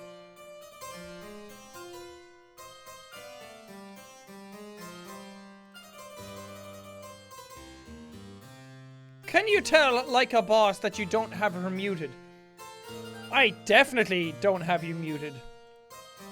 I have nobody muted. Well, I've some people muted, but that's more like the porn bots that are like, oh, hey, big boy, that just like everything or stuff like that. But no, I've absolutely nobody muted that hasn't done anything like terrible. Or if you're just like someone who tweets at me every now and then, definitely not. Don't worry, you're not muted. Muted. Are you excited for Bendy and the Ink Machine Chapter 3? Oh boy, I am. Hell yes. I can't wait for that. It's gonna be awesome. Because the developers talked to me actually, and they like watched the videos and everything. And they said that they really liked my first 2 episodes in chapter 1 and 2. So that makes me excited. I'm happy about that. So I'm definitely looking forward to chapter 3. I've never had a Cadbury cream egg. Is that bad? Only if you don't like living. Come on, girl. Get with it. But, I mean, Cadbury cream eggs aren't the be-all and end-all of stuff. It's one of those things that everyone hears about. And Robin was like that as well. Robin hadn't had one until this year. We got some from on the way to PAX because he couldn't buy them anywhere. And in Ireland and England, they were just readily available everywhere during Easter season. So we got some for him and brought them over. And he tasted one. I was like, yeah, they're all right. They're not really what everyone thinks they're going to be. But it's definitely one of those things that I think everyone kind of has to try. Has the growth on YouTube changed you as a person and as a YouTuber? Been here since 500k. Keep up the good work. Been here all along. Thank you.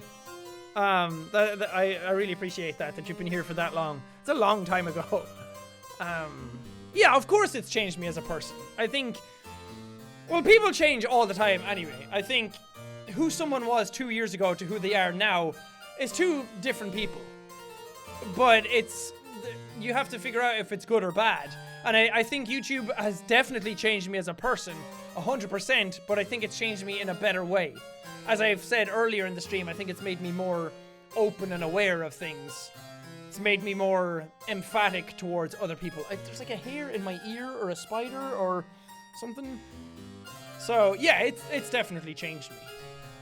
And some of the stuff that I believed in before YouTube has only made those things stronger.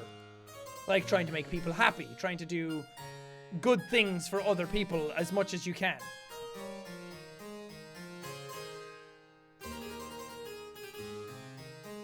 Hi, I'm a big fan, but I cannot go anywhere to visit you. But your videos make it so much better. Thank you so much. Dale. Thank you, Dale.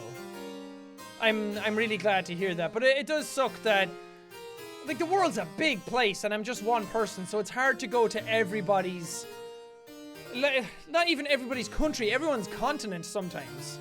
Like, I know there's stuff, like, there's a big, like, contingency for viewers in Australia, and I never get to go in that direction, and a lot of people in Asia, a lot of people in the Philippines always message me and tell me to go there, and it's so sad because it's a big undertaking, and I can only go to certain places when there's actual, like, conventions going on, and then it's usually conventions that my friends are going to, so you can try and get a lot of stuff done at once. So sometimes I don't have the luxury of being able to go to places like that without stuff suffering for it, like the channel not having videos going up or having to overwork myself or Robin or something like that to try and get things done. So it's hard. And I really wish I could go to, I wish I could go to everyone's city to visit people. I wish I could go to everyone's house to visit them, but that might be a bit creepy. You just show up at your window like, hey, heard you wanted to meet Jacksepticeye. What's up?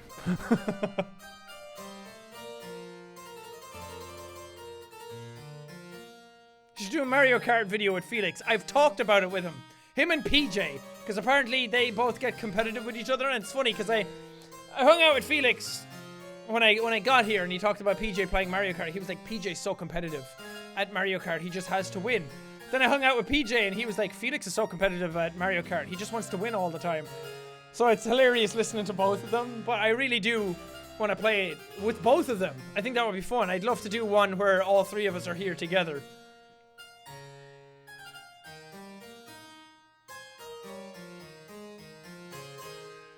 Have you been watching the new season of Twin Peaks? I have not, but I've heard very good things. I haven't even seen the original Twin Peaks, which me and Sita have talked about watching. We really want to watch it because Twin Peaks is one of those things that maybe it hasn't aged as well as people make out or something, because it's an older show by now, but it's one of those things that so many other shows have referenced or taken inspiration from, and I'm someone who loves, like, Alan Wake, and that took a lot of inspiration from Twin Peaks, so I've always wanted to get into it and watch it, so I think we might start watching that soon. And then the new one came out, which continues a lot of stuff that's been going on with that, so I really want to watch that, because I'm such a big fan of, like, murder mystery and theories and weird sci-fi and crazy shit going on, because that's why I like shows like Lost, stuff like that. So I think I would love Twin Peaks, so I want to watch it. And I'm a big fan of the director of Twin Peaks and the creator.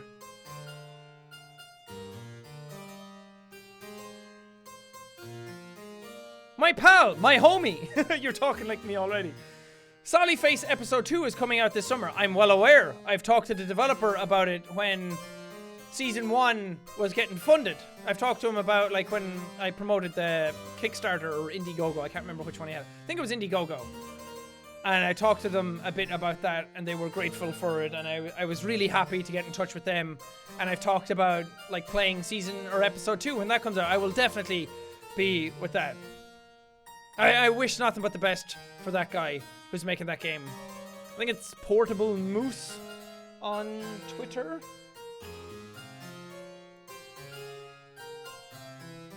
Yeah. Good dude. Good person.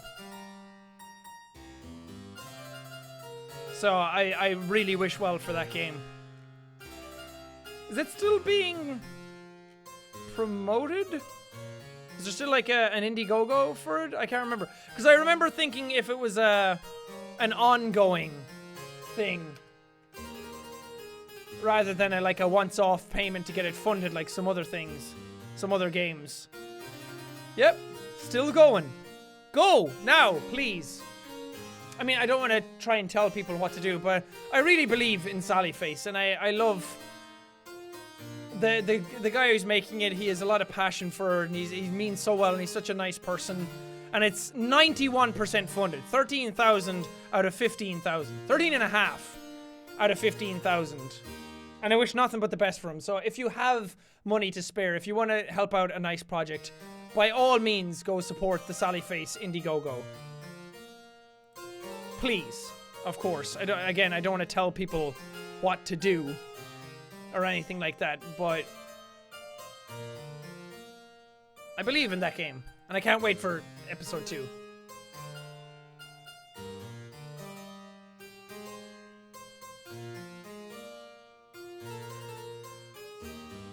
Hey Jack, do you have any other tattoos, and can you explain the one on your arm? Thanks, and you're amazing, by the way. Thank you, Emily. No, I don't have any other tattoos besides this one. Not yet. I do still want to get my Shadow of the Colossus one here, and I want to get some more after that. But, again, moving kind of got in the way. And now I have to go look for, like, a tattoo artist here. But this one is a Bloodborne tattoo. It's the Bold Hunter's Mark. I can't exactly remember what it means, but this is the one that appears on, like, the Bold Hunter's Mark in game, which gets you back to a lamp. And I just thought it was a really cool tattoo. I'm a big fan of Bloodborne, and I always wanted a tattoo, but I never knew what I was going to get. And then one night I was just sitting down back home when I lived back in Ireland. I was just sitting there, and it hit me at one point. I was getting ready to play something on the PS4, and my theme was the Bloodborne theme. And I was looking around, and all of a sudden I realized, like, this logo was in the back of the theme. It was, like, huge on the screen. So I was like, that would be a cool tattoo to get.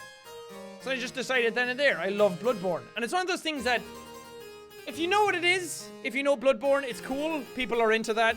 But if you don't know what it is, I think it's still a cool design that you don't need to know what it is. So I like it.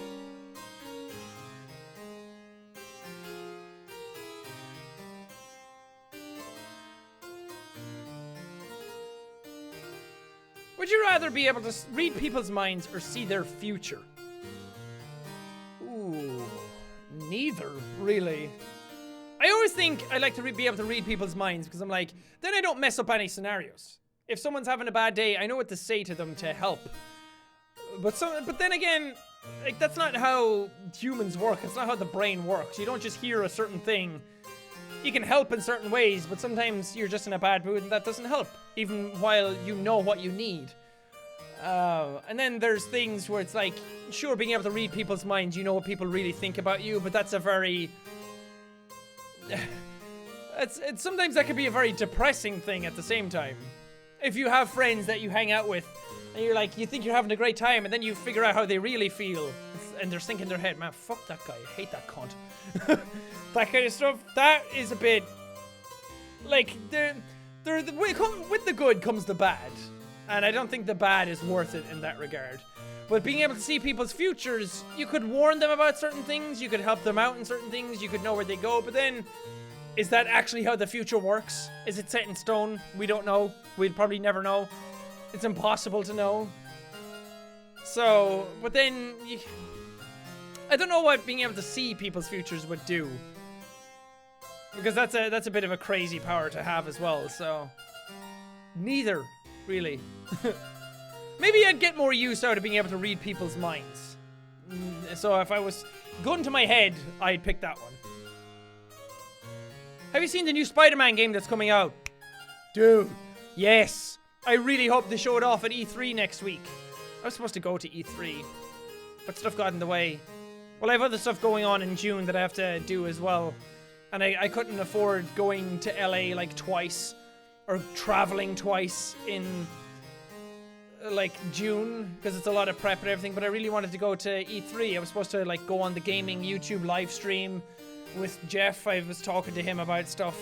And it's kind of sad that I'm not going now. I mean, I could just pack up my bags, go, and leave the channel with like very few videos, but if the tour is happening this year, then I might have to spread out videos a bit more liberally during that, and I don't want to do that too many times in one year.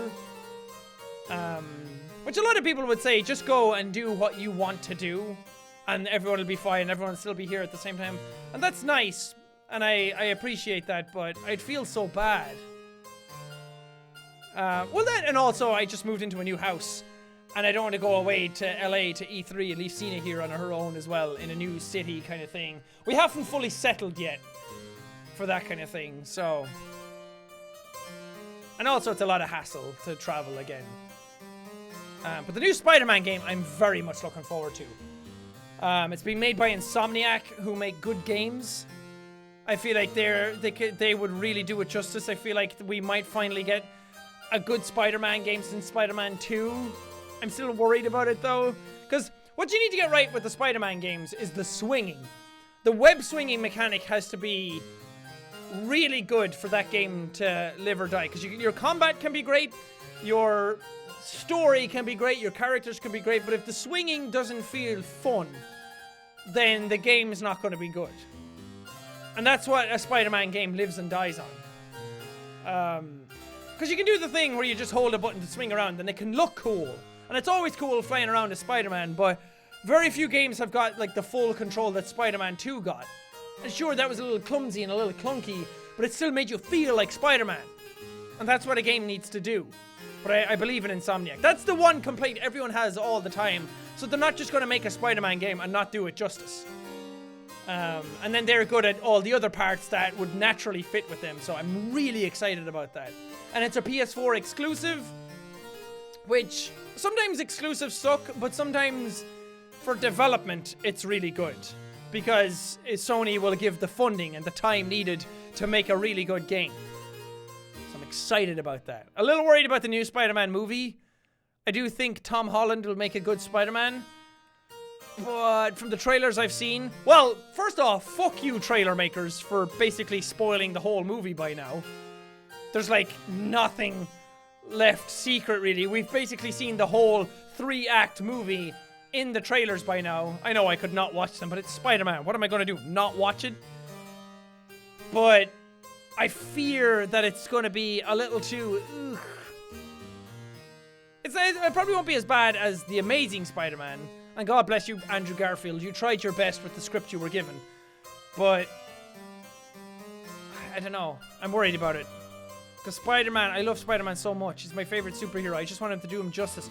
They did him justice in Captain America. But that's because he was only on screen very little. And he got all his little quips and everything. So I don't know how it's going to go movie-wise, a whole movie about him. I mean, as long as we see Uncle Ben die again, because we've never seen that.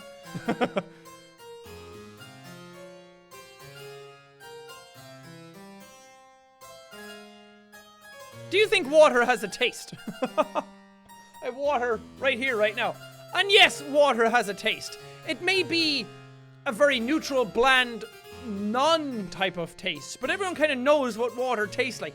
It's... It's not so much a taste as it is consistency and texture. I mean, it has a taste, doesn't it? And then you have other waters that have, like, the tap water has a taste because of the processes it goes through. And some places have shitty tap water, and some places have decent tap water. This place, pretty decent tap water. I mean, that's a sick tap water. I tapped that water. But, yeah, water has a taste, right?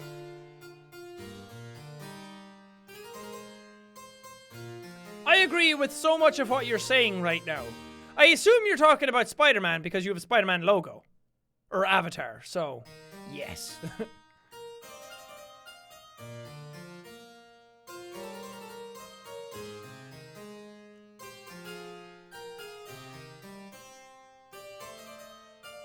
What's the best desktop computer? Oh, there is none. Because, like, if you buy a pre-built one, then it's not really the best because, like, you could probably change some components around to make it a bit better. And then if you build your own, there's always some things that are better for other things. Like, there's no best all-round computer. And that's part of the beauty of computer building. Because some people need it for graphics. Some people need it for video game graphics. Some people need it for rendering. Some people need it for just movie viewing types of things. So technically the best desktop computer for, like, watching movies would not be anywhere near something like what I have, because I need it for video game graphics and recording and editing. So it differs. How is Wonder Woman out of 10? Wonder Woman is one of those things. Wonder Woman's not an amazing movie. It's not, like, mind-blowing. I didn't come out of it like a changed person. But it was much better than I expected it to be off the end of Batman, or Man of Steel, Batman vs. Superman, and Suicide Squad. Because those movies are god-awful. Batman vs. Superman had some good parts. They really nailed the Batman in that. But Wonder Woman, it just wasn't terrible. There was no parts of it where I came out of it and been like, holy fuck, that was awful. That's what I was after Suicide Squad. Because whoever edited that movie, and it was probably multiple people who edited that movie, and it was probably went through so many different edits, it's just all over the place. Script is bad. Characters are bad.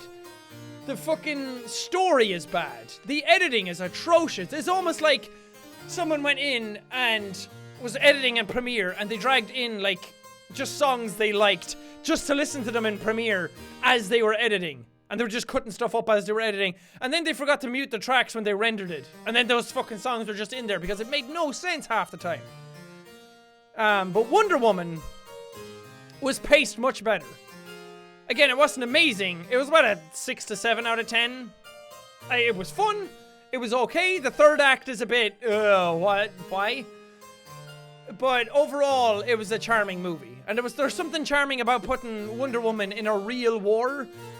Instead of against, like, the way the Justice League is going to be, against, like, a world-ending apocalypse, or Man of Steel with superhero versus superhero kind of thing. Like, putting her up against real military soldiers and watching her kick the shit out of them without any sort of fear of them actually harming her. There was something really fun about that. It was very humanizing. So I think it worked. And it's so refreshing to see a female-led movie, a female-led directed movie, and the first act of the movie is just like all female cast. Love that. It's about time something like that happened.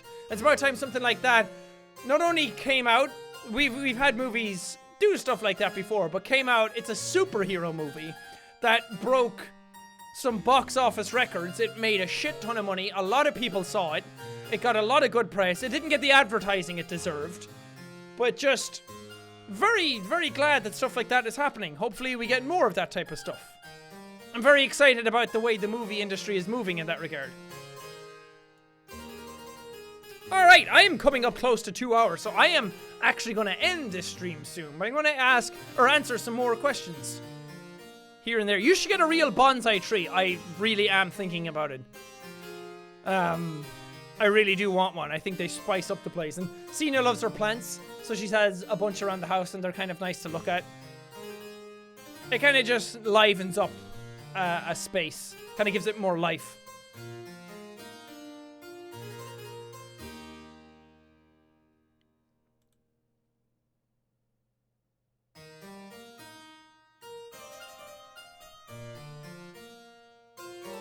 Can you play Prey again, please? That was cool, and also I'm from Ireland.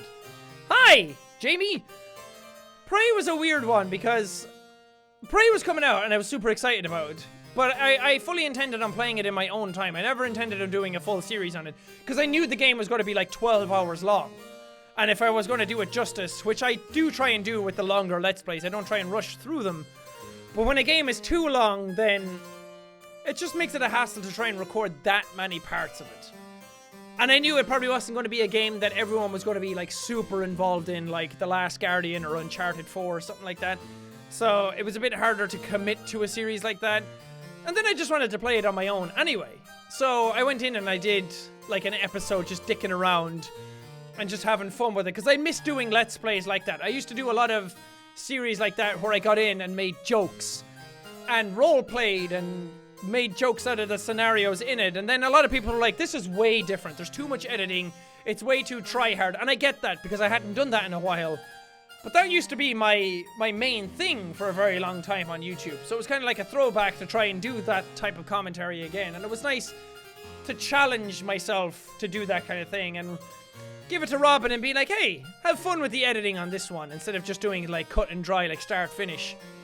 And sure, maybe you could argue that it was a bit overdone. And that's good feedback. That's good stuff to listen back to and be like, okay, yeah, I can see that.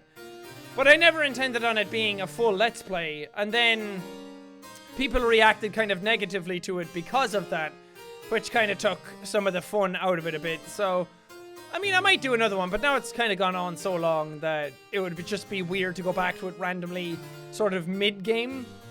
That and I just haven't had the time to play it myself in my spare time. First off, Overwatch is taking up all my time. So, I mean, maybe. I'm open to the idea. And there's all these games that I wanted to live stream and I wanted to sit down and do it. And then I get so much in my head about live streaming where I'm like, okay, I'm going to live stream a game tonight and have fun with it. But then I'm like, I don't know if my internet can hold up and stream the game without lag and different things like that. So I don't know. I'm hopefully getting a new computer soon. Like an absolute beast. The people from Main Gear were super nice. The people who made Felix's one were super nice and said that they wanted to make one for me, and like a really high-end one, which made me super excited. And I'm absolutely grateful for them, because I don't know, I've always wanted like a top-of-the-line computer that's like very, very capable of being able to record, render, and play games. So hopefully when I get something like that, I'll be able to stream without like lag. The only thing in my way then is the internet. But then it comes to the nighttime and I record the 2 videos during the day, and then it comes nighttime to do a stream, and I'm like, I kind of just want to sit down and play Overwatch or something, or just relax. I don't know. It's weird. So Prey was one of those games. And then ages ago I wanted to play Dishonored 2. Still haven't even gotten the chance to play that. I wanted to play The Surge when that came out, because that's a Dark Souls-y Bloodborne type game. Haven't gotten a chance to play that either. I could make time if I really, really wanted to, but you know, these things happen. Do you know if caption editing is gonna change someday? It really sucks now, and I'm trying to reach out to change it. I appreciate that. Caption editing is one of those things that's... it's a double-edged sword, because I turned on fan captioning, where people could... I think that's what it's called on YouTube. Where people could go in and subtitle the videos themselves. And that's awesome, because there's a lot of very hearing-impaired people who watch the channel, who really, really rely on the subtitles. And that really helps them. And I'm super happy about that people can help each other, and it's the community helping itself. I love that. That's a very cool thing that YouTube brought in, but at the same time, it's abused because people put in their own comments into it. Like, I say something like, I make a joke, and then someone puts in brackets, that's what she said. And that shit sucks. Because the captions are not there for you to put your own commentary into. They're not there for your own thoughts about what I'm doing. They're not there for your spotlight, and they're not there for your 15 seconds of fame. The captions are there literally for people who really need them. People who actually need them to be able to hear, because maybe they're actually not able to hear, hearing impaired, that, or they're just watching at home and they don't want to have headphones, or they don't want like the sound on, so they just read subtitles. So people getting in there and being jerks about it and putting their own spin on things are ruining it for the people who actually need them. And they're abusing this system that they're taking advantage of this system that I turned on in good faith. And the only way to combat it completely is to have dedicated people actually putting the subtitles on the videos, which is a huge time sink. And I don't know if I can actually, like, sort of mod people to do it. Like, people in the community now, I don't know if there's a way of me being able to, like, green light just them to be able to do it. And at the same time, it's unfair on just them to have to subtitle all the videos. The only other way to do it is I can affirm, or I can confirm the ones that go through. So if somebody actually titles it word for word, or subtitles it word for word 100% accurately, I can go in and confirm, like, yes, this is the one I want to show for everybody. But at the same time, I don't really have the time to go through that, to sit down and look at all the subtitles and to be able to greenlight them and watch the entire video to make sure every word is perfect. And I mean, I guess I could hire somebody to do that, but I don't think that's like a hireable type of position. So I'm trying to find this middle ground. I'm trying to be in good faith for people that they will just take it on board and do it honestly and not dick around with it. And I really hope that that's the case. I mean, for a lot of it, that is what happens. And sometimes they actually do put down the real subtitles with their thoughts, but at least the real subtitle is still there, so you're getting added stuff that's kind of annoying, but at least you're still getting exactly what I said. You're just getting somebody else's opinion on what I said, so that's still a problem. So, I don't know. It's hard. I'm trying to figure it out. So I apologize if it's gotten to that level for some of you, but I am trying to work it out. Okay, last question. Let's make it a good one. Let's make it an absolute amazing one. There's some I could answer and just troll.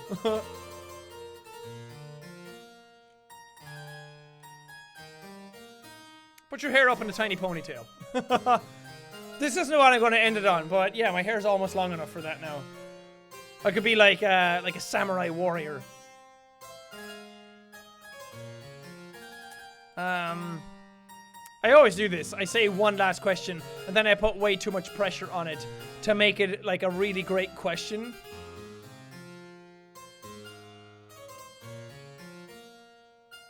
Do you remember the first video game you ever played? Mine was Sonic Spinball. That's a great question to end this on. I think the first game I ever actually remember playing, I probably played some games before this. First game I remember playing is Super Mario. I think that was on my Game Boy when I was like 4 or 5 years old. That's the first memory I have. Super Mario World, or Super Mario, I can't remember what it was actually called. Like super old school Mario game, no color or anything back then. I remember that fondly. That was a good one. Oh, stop the music just in time. And then from there on my Game Boy, I played like Donkey Kong. I played Pokemon Blue.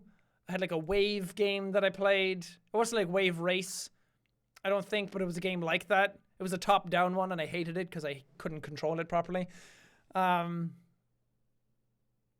times. Okay, well, I'm going to leave this live stream here. Thank you all so very, very much for sticking around and hanging around with me on just like a random Wednesday evening for 2 hours. That was really fun. I miss doing this.